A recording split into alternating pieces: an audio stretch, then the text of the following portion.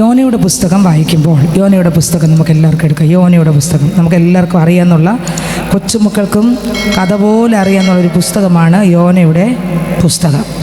സ്തോത്രം. ദൈവത്തിന് ഓരോ വ്യക്തികളെക്കുറിച്ചും വലിയൊരു ഉദ്ദേശമുണ്ടെന്നും, ദൈവം വിളിക്കുമ്പോൾ വെറുതെ അല്ല വിളിക്കുന്നതെന്നും, വിളിക്കുമ്പോൾ വിളിയുടെ പിന്നിൽ ഒരു ഉദ്ദേശമുണ്ടെന്നും വ്യക്തമായിട്ട് നമുക്ക് മനസ്സിലാക്കാൻ കഴിയും. ഓരോ വചനത്തിലൂടെയും നമുക്ക് അത് ഗ്രഹിക്കാനും ആഴമായി ചിന്തിക്കാനും കഴിയും. ദൈവം നമ്മളെ വിളിക്കുമ്പോൾ നമ്മളെക്കുറിച്ച് ദൈവത്തിനൊരു ഉദ്ദേശം ഉണ്ട്. സ്തോത്രം. ഒന്ന്, കർത്താവിന് നമ്മളെക്കുറിച്ചുള്ള ഉദ്ദേശം കർത്താവായ യേശുവിനെ പോലെ ആവുക എന്ന് മാത്രമാണ് പ്രധാന ഉദ്ദേശം. കർത്താവിനെ പോലെ ഒന്നാകുക, എങ്കിലേ നമുക്ക് അവിടെ ചെന്ന് കർത്താവിൻ്റെ അടുത്തിരിക്കാൻ പറ്റൂ. പക്ഷേ യോനയുടെ പുസ്തകം ധ്യാനിക്കുമ്പോൾ അതിനകത്ത് നമുക്കറിയാം യോന ആരാണെന്നും യോന എങ്ങനെ ആരായിരുന്നുവെന്നും. സ്തോത്രം. യോനയുടെ പുസ്തകം 1-ാം അധ്യായം 1-ാം വാക്യം വായിക്കുമ്പോൾ അതിലെഴുതിയിരിക്കുന്നു, അമിത്തായിയുടെ മകനായ യോനയ്ക്ക് യഹോവയുടെ അരുളപ്പാടുണ്ടായതെന്തെന്നാൽ, നീ പുറപ്പെട്ട് മഹാനഗരമായ നിനവേലിലേക്ക് ചെന്ന് അതിന് വിരോധമായി പ്രസംഗിക്കുക. അവരുടെ ദുഷ്ടത എൻ്റെ സന്നിധിയിൽ എത്തിയിരിക്കുന്നു. സ്തോത്രം എന്നാണ് കർത്താവ് പറഞ്ഞത്. ദുഷ്ടത എൻ്റെ സന്നിധിയിൽ എത്തിയിരിക്കുന്നു. അതുകൊണ്ട് നീ അവിടെ പോയി എന്ത് ചെയ്യണം? വിരോധമായി പ്രസംഗിക്കണം. എന്താണ് വിരോധമായി പ്രസംഗിക്കുക എന്ന് പറഞ്ഞാൽ, വരുന്ന പ്രശ്നങ്ങളെക്കുറിച്ച് നീ ദൈവത്തെ കണ്ടുമുട്ടിയില്ലെങ്കിൽ നിൻ്റെ ജീവിതത്തിനകത്ത് ഇന്ന പ്രശ്നങ്ങൾ വരും എന്നുള്ള സ്തോത്രം ആ പ്രശ്നത്തെക്കുറിച്ച് പ്രസംഗിക്കുന്നതാണ്. അതാണ് കർത്താവ് ഉദ്ദേശിക്കുന്നത്. സ്തോത്രം. നിനവേയിൽ ചെന്ന് വിരോധമായി പ്രസംഗിക്കുക. നിങ്ങളിങ്ങനെ പോകുന്ന ഈ പോക്കിൽ പോയാൽ ദൈവം തകർക്കാൻ പോവുകയാണ്, ഈ പട്ടണം മുടിക്കാൻ പോവുകയാണ്. അതുകൊണ്ട് ദൈവത്തിൻ്റെ മുമ്പ് കീഴടങ്ങുക. അതാണ് വിരോധമായി പ്രസംഗിക്കുകയാണ്. അവിടെ ചെന്ന് പ്രസംഗിക്കാനാണ് ദൈവം പറഞ്ഞത്. പക്ഷേ അത് കേൾക്കാതെ എങ്ങോട്ട് പോയി? സ്തോത്രം. അവരുടെ ദുഷ്ടത എൻ്റെ സന്നിധിയിൽ എത്തിയിരിക്കുന്നു. അവരുടെ ദുഷ്ടത എൻ്റെ സന്നിധിയിൽ എത്തിയിരിക്കും. ദൈവം എന്താണ് വിരോധമായിട്ട് പ്രസംഗിക്കാൻ വിടാൻ കാരണം? അവരുടെ ദുഷ്ടതയാണ്.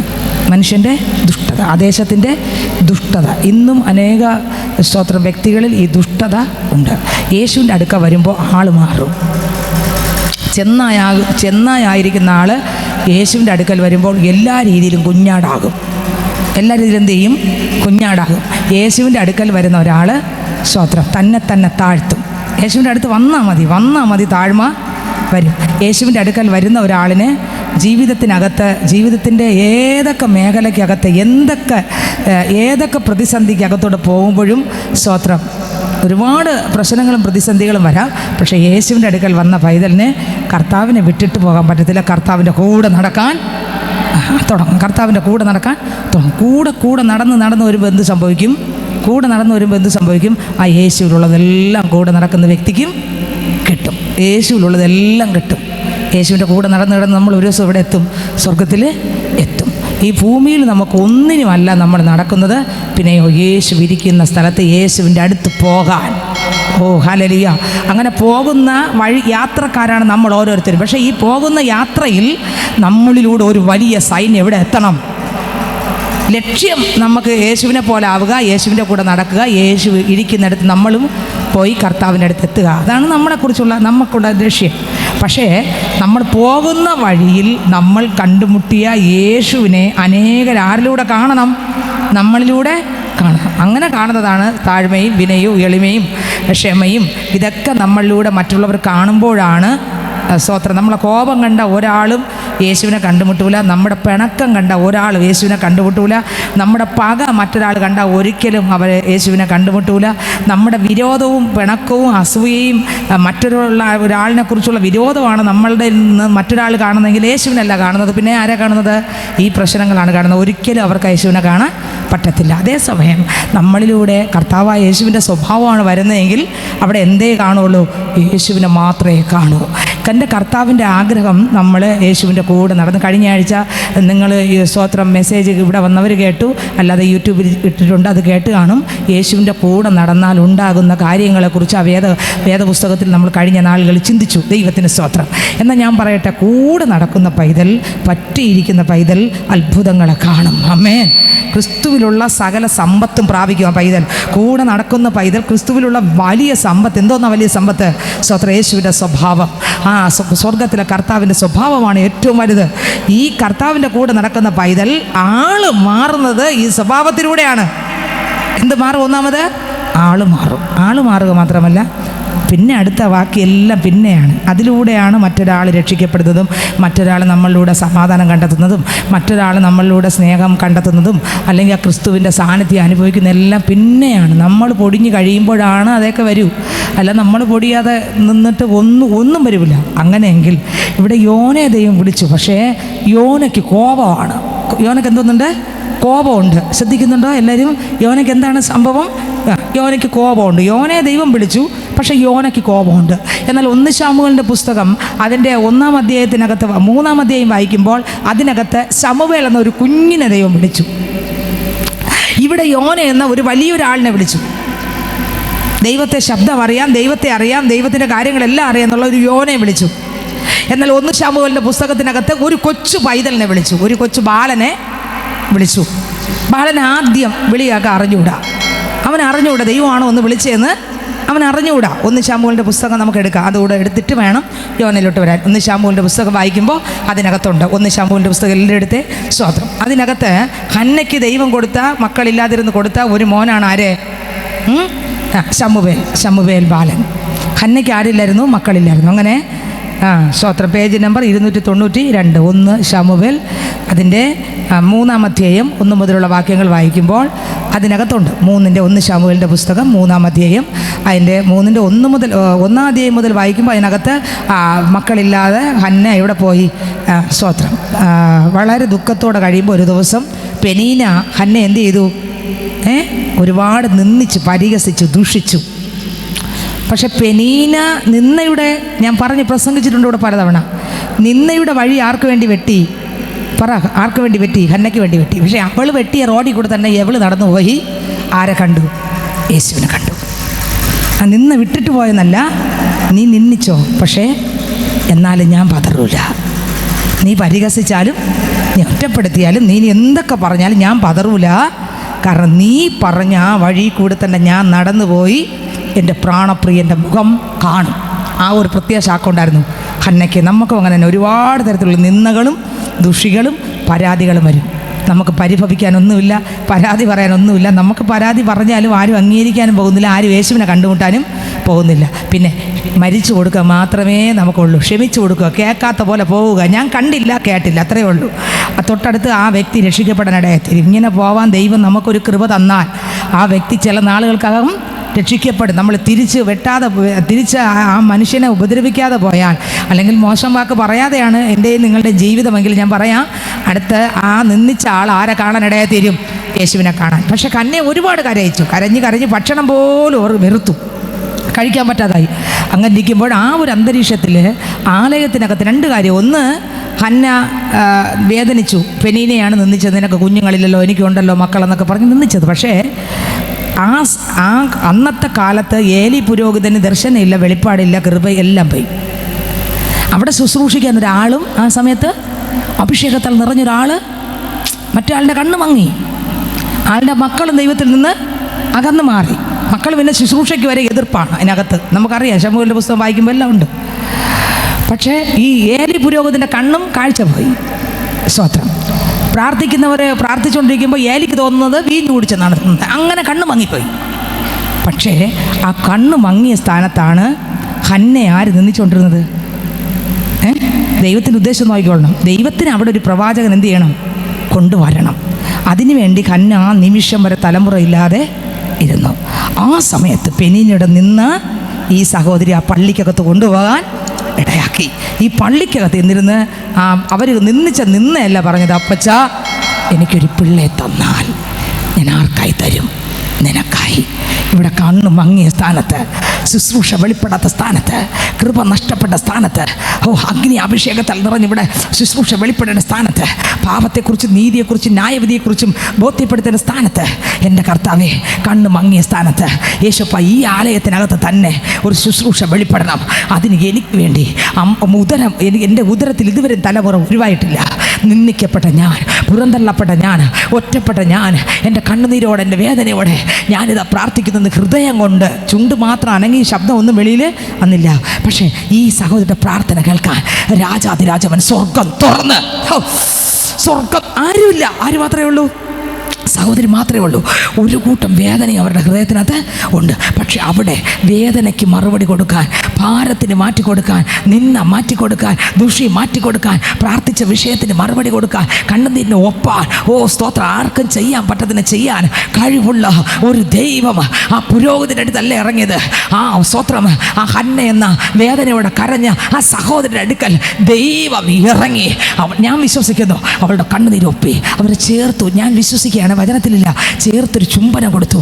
സ്തോത്രം, മക്കളെ പോ എന്ന് പറഞ്ഞു. ഞാൻ ചിന്തിക്കുകയാണ്, പോ എന്ന് പറഞ്ഞു. ആ നിമിഷം മുതൽ അവൾ കരഞ്ഞില്ല. കാരണം ഒരു തലോടൽ ദൈവത്തിൽ നിന്ന് കിട്ടിയാൽ അവൾ എന്ത് ചെയ്യത്തില്ല?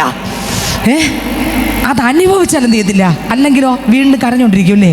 പക്ഷെ ഒന്ന് അവൾ പ്രാപിച്ചു. അവിടെ നിന്ന് ആരെ പ്രാപിച്ചു? യേശുവിനെ. ആ വേദനയ്ക്ക് തക്കതായി മറുപടി കൊടുക്കുന്ന ദൈവത്തെ ആ സഹോദരി പ്രാപിച്ചു. അപ്പോഴാണ് പിന്നെ അവൾ എന്ത് ചെയ്തില്ല? കരഞ്ഞില്ല, മുഖം പാടിയില്ല. അവൾ ചിരിച്ച മുഖമായി മാറി. പിറ്റേ വർഷമായപ്പോൾ കണ്ടോ, തൊടൽ പ്രാപിച്ച പൈതൽ പിറ്റേ വർഷമായപ്പോൾ ദൈവം കൊടുത്തൊരു കുഞ്ഞാണ്. ആര്? ശമൂവേൽ. ആ കുഞ്ഞൊരു സാധാരണ കുഞ്ഞല്ല, അസാധാരണമായ കുഞ്ഞായിരുന്നു. സാധാരണ കുഞ്ഞല്ല ദൈവം ആ സഹോദരി കൊടുത്തത്. നിന്നയുടെ നടുവിൽ കരയുന്ന പൈതൽ ലഭിക്കുന്ന നന്മയെന്ന് പറഞ്ഞാൽ അത് സാധാരണ നന്മയല്ല, അസാധാരണമായ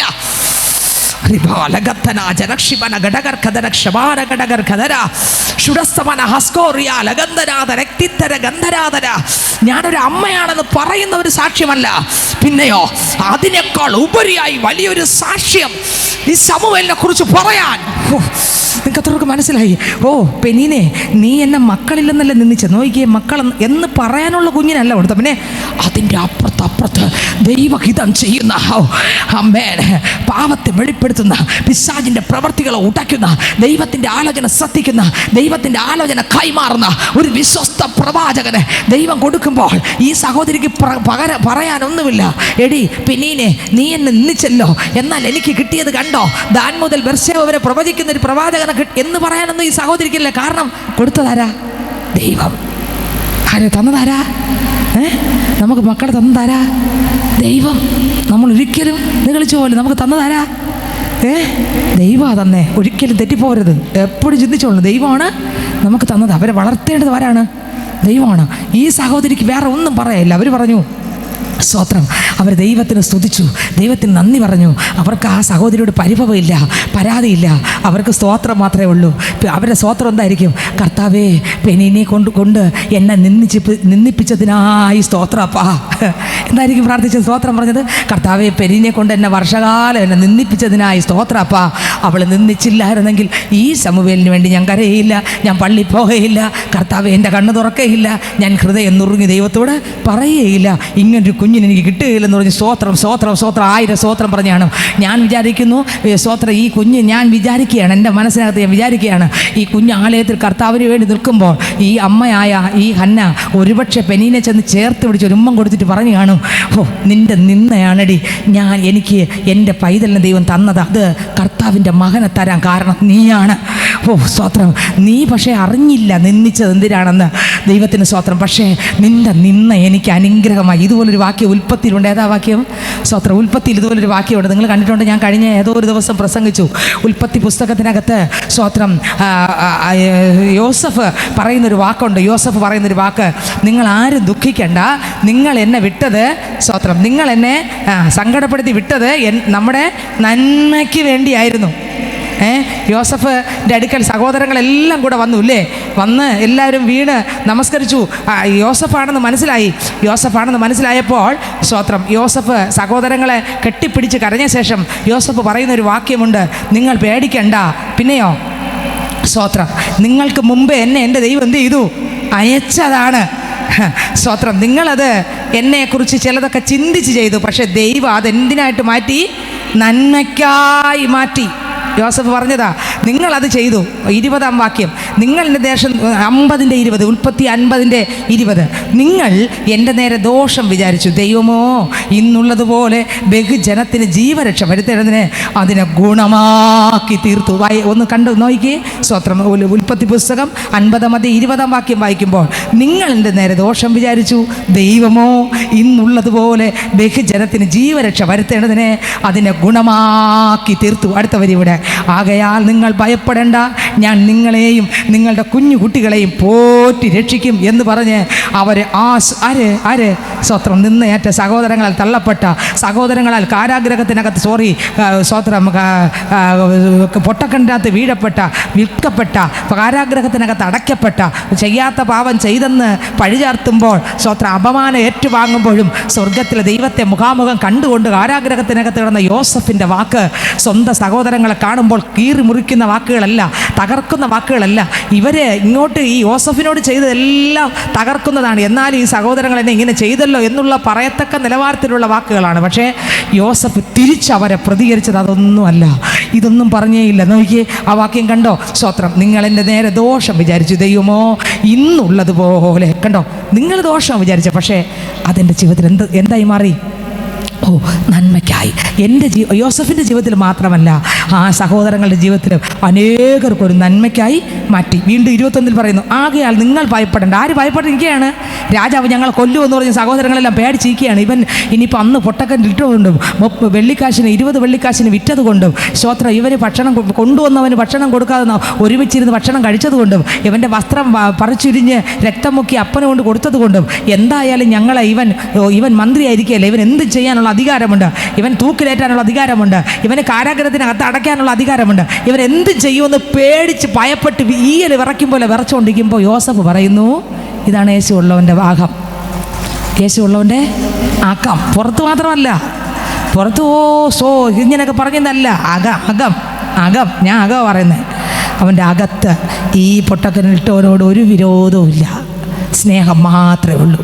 കാരണം അവൻ കണ്ട വെളിപ്പാട് ക്രിസ്തുയേശുവിൻ്റെ വെളിപ്പാട്. എല്ലാം നന്മയ്ക്കായി. സ്തോത്രം. എല്ലാം നന്മയ്ക്കായി.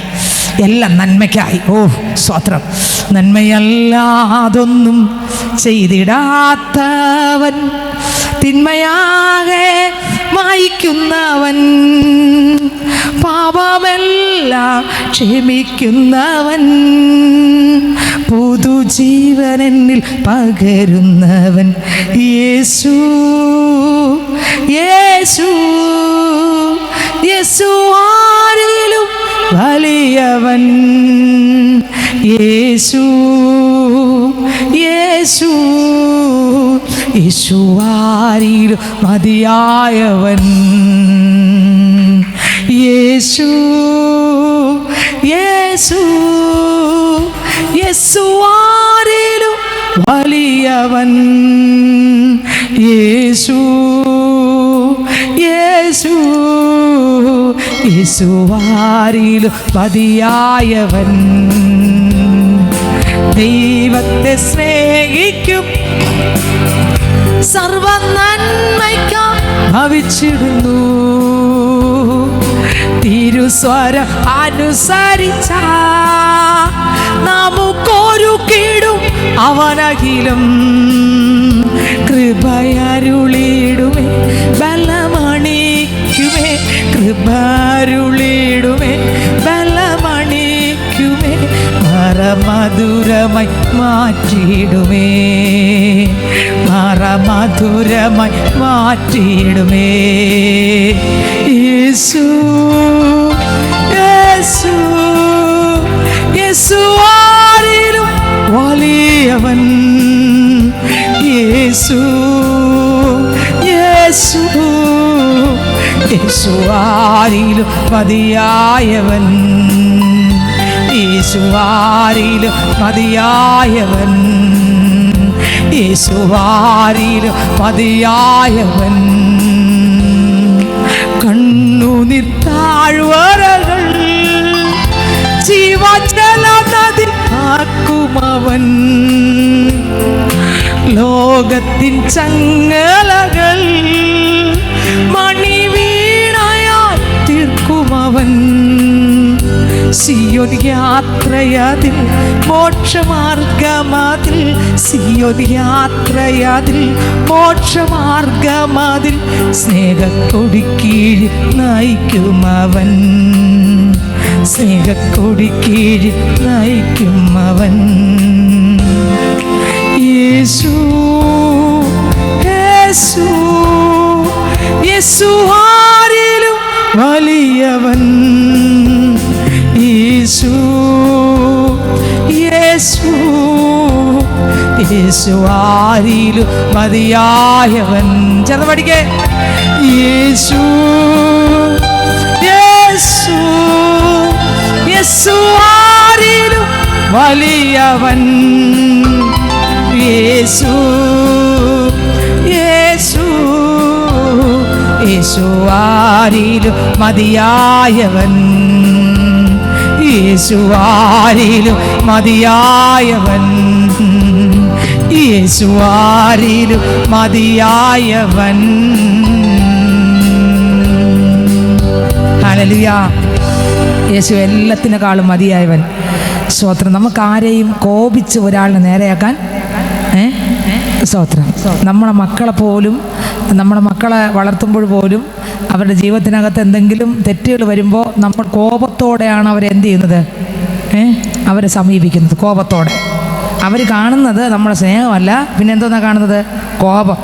ഇപ്പം തരാമെന്ന് പറഞ്ഞുകൊണ്ട് വന്ന് അപ്പം തന്നെ നമ്മളെ മുഴുവൻ കോപവും അവരെ മേൽ അടിച്ചേൽപ്പിക്കും. അവരും ഇത് കണ്ട് തന്നെ അടുത്ത് അവരെ കോപം അവരും കാണിക്കും. പക്ഷേ വചനത്തിൽ അങ്ങനെയല്ല.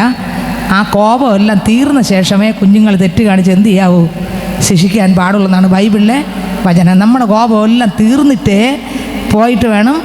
കോപം തീരാൻ 100-ൽ നിന്ന് 99, 98, 97 അങ്ങോട്ട് പറഞ്ഞാലും മതി. വചനമാണ് ആവശ്യം. സ്തോത്രപ്പ. കർത്താവ്, ഇവിടെ ഞാൻ മരിക്കട്ടെ, കർത്താവ് ഈ കോപം മരിക്കട്ടെ, ഈ കോപം മരിക്കട്ടെ, ഇത് യേശുവിലുള്ളതല്ല, ഇത് എൻ്റെ കോപമാണ്, ഇത് പിശാചിൻ്റെതാണ്, എൻ്റെ ദൈവമേ ഇത് മരിക്കട്ടെ എന്ന് ഹൃദയത്തിനകത്ത് മരിപ്പിക്കാൻ കർത്താവിനോട് പറയും. ഞാൻ മരിച്ചു അപ്പാ, ഞാൻ മരിച്ചു യേശുവേ എന്ന് പറയുമ്പോൾ ഇതിനകത്ത് ഗ്യാസ് പൊട്ടിത്തെറിക്കുമ്പോഴത്തെ അനുഭവങ്ങളെല്ലാം എന്ത് ചെയ്യും, ഇവിടെ നിന്ന് അങ്ങ് മാറും, ഇവിടെ അങ്ങ് ഫ്രീ ആകും. ഫ്രീ ആയ ശേഷം വേണം നമ്മളെ മക്കളെ എന്ത് ചെയ്യാൻ, ഇന്ന കാര്യം നീ ചെയ്തത് കൊണ്ടാണ് നിനക്കിതാ ഇന്നത് കിട്ടിയതെന്ന് നമ്മൾ അവരെ സ്തോത്രം അടി കൊടുക്കാൻ അല്ലെങ്കിൽ ശിക്ഷിക്കാൻ. അല്ലാതെ നമ്മൾ കോപത്തിൽ ശിക്ഷിച്ചാൽ അവരെന്ത് കാണും, നമ്മളിവിടെ കോപം മാത്രമേ കാണൂ. പക്ഷെ സ്നേഹത്തോടെ ശിക്ഷ കൊടുത്താൽ അവർ ഒരിക്കലും മറക്കത്തില്ല. ദൈവത്തിന് സ്തോത്രം. ഞാൻ പറയുന്ന എത്രയൊക്കെ മനസ്സിലായെന്ന് എനിക്ക് അറിഞ്ഞുവിടാ. ഒരു വ്യക്തിയും കോപിച്ച് നേടാൻ പറ്റില്ല, നമ്മുടെ കോപം കാണിച്ച് നേടാൻ പറ്റില്ല. 1, കോപിച്ച് ഒരു വ്യക്തിയെ നേടാൻ പറ്റില്ല. 2, സ്തോത്രം, എനിക്ക് ആത്മാവിൻ്റെ 9 വരം ഉണ്ടെന്ന് പറഞ്ഞ് ഒരു വ്യക്തിയെ നേടാൻ എന്നെക്കൊണ്ട് ആ വരം പ്രാപിച്ചിട്ട് ഞാൻ ഇപ്പം ചെന്ന് നേടുന്നേ പറ്റൂല. പിന്നെയോ ഞാൻ മരിച്ച് കർത്താവിൻ്റെ കൃപ അവിടെ പ്രവർത്തിച്ചാൽ മാത്രമേ സ്തോത്രം എനിക്ക് ഈ കൃപാവരം ഉണ്ടെന്ന് പറഞ്ഞുള്ള അഹങ്കാരം കൊണ്ട് ഒരാളിനെയും നേടാൻ പറ്റില്ല. പിന്നെ ഞാൻ മരിച്ചു അപ്പം ഈ കൃപയാൽ ഒരാളിനെ നേടാൻ അപ്പന് ആഗ്രഹമാണെങ്കിൽ ഇതാ ഞാൻ നിന്നു കൊടുക്കാം, ദൈവമേ അവരെ തുടരണമേ. നമ്മളെ സ്വഭാവം ചില ദിവസം ചിലർ കണ്ടു കഴിയുമ്പോൾ അവർ താനെ ഒതുങ്ങും. അല്ല, ആരെയും നിങ്ങൾ എത്ര ക്രൂരതയുള്ള ഒരാളായിരുന്നാലും ശരി, ശാന്തനാവണമെങ്കിൽ, ശാന്തതയുള്ള ആളായി കർത്താവിൻ്റെ സന്നിധി വരണമെങ്കിൽ ഒരേ ഒരു വഴി ഞാൻ പറയാം, വേറെ ഒരു വഴിയില്ല. ഒരേ ഒരു വഴി പറയാം, ഒറ്റ വഴിയേ ഉള്ളത്. വചനത്തിലും ഉണ്ട് ആ വഴി. ആ വഴി നിങ്ങൾക്ക് എല്ലാവർക്കും അറിയാം, ലേഖനത്തിനകത്തുണ്ട്. നമ്മളിലൂടെ യേശുവിനെ, ആ സ്നേഹം, ആ സാന്നിധ്യം, ആ താഴ്മ, ആ ദീർഘക്ഷമ, ആ കരുണ, ആ ഇന്ദ്രിയ ജയം, ആ ക്ഷമയെല്ലാം നമ്മളിലൂടെ മറ്റൊരാൾ കുറേ നാൾ കാണുമ്പോൾ അയാൾക്ക് മനസ്സിലാകും ഇയാളിൽ ആരുണ്ട്. താനെ ഇയാളെ കെട്ട് പൊട്ടി താനെ നമ്മളടുത്ത് വന്നിരുന്ന് ആരാധിക്കും. ഹല്ലേലൂയ. നിങ്ങൾക്ക് എത്രയൊക്കെ മനസ്സിലായി? ഇത് സംഭവിക്കും. അത് നമ്മളുടെ മാറ്റത്തിലൂടെയാണ് വരുന്നത്, അല്ല നമ്മളെ ഒരു കഴിവിലൂടെയും വരില്ല. പക്ഷേ ഇവിടെ ഇതാ ശമൂവേലിൻ്റെ അടുക്കൽ ദൈവം വന്ന് വിളിച്ചു ഇല്ലേ. കുഞ്ഞാണ് ശമൂവേൽ. ശമൂവേൽ ആരാണ്? കുഞ്ഞാണ്. നിന്ന് കേട്ടാണ് ആ സഹോദരി ആലയത്തിൽ പോകാൻ കാരണം. പക്ഷേ അവരുടെ നിന്ന് അവർക്കൊരു അനുഗ്രഹമായി.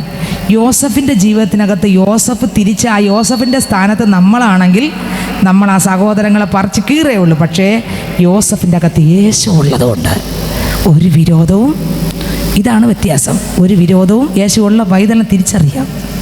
ഒരു വിരോധമില്ല, ഒരു പിണക്കമില്ല, ഒരു പകയില്ല. അവർ ചെയ്തതെല്ലാം മറന്നു. ആര് മറന്നു? യോസഫ് മറന്നു. പക്ഷേ ഇവിടെ പറയുന്നു, നിങ്ങളിതെല്ലാം ചെയ്തത് എൻ്റെ ദോഷത്തിനായിട്ടാണ് നിങ്ങൾ ചെയ്തതെങ്കിൽ പോലും ഇതിൻ്റെ പിന്നിൽ ദൈവത്തിനൊരു ഉദ്ദേശം ഉണ്ടായിരുന്നു. അതുകൊണ്ട് നിങ്ങൾ പേടിക്കേണ്ട.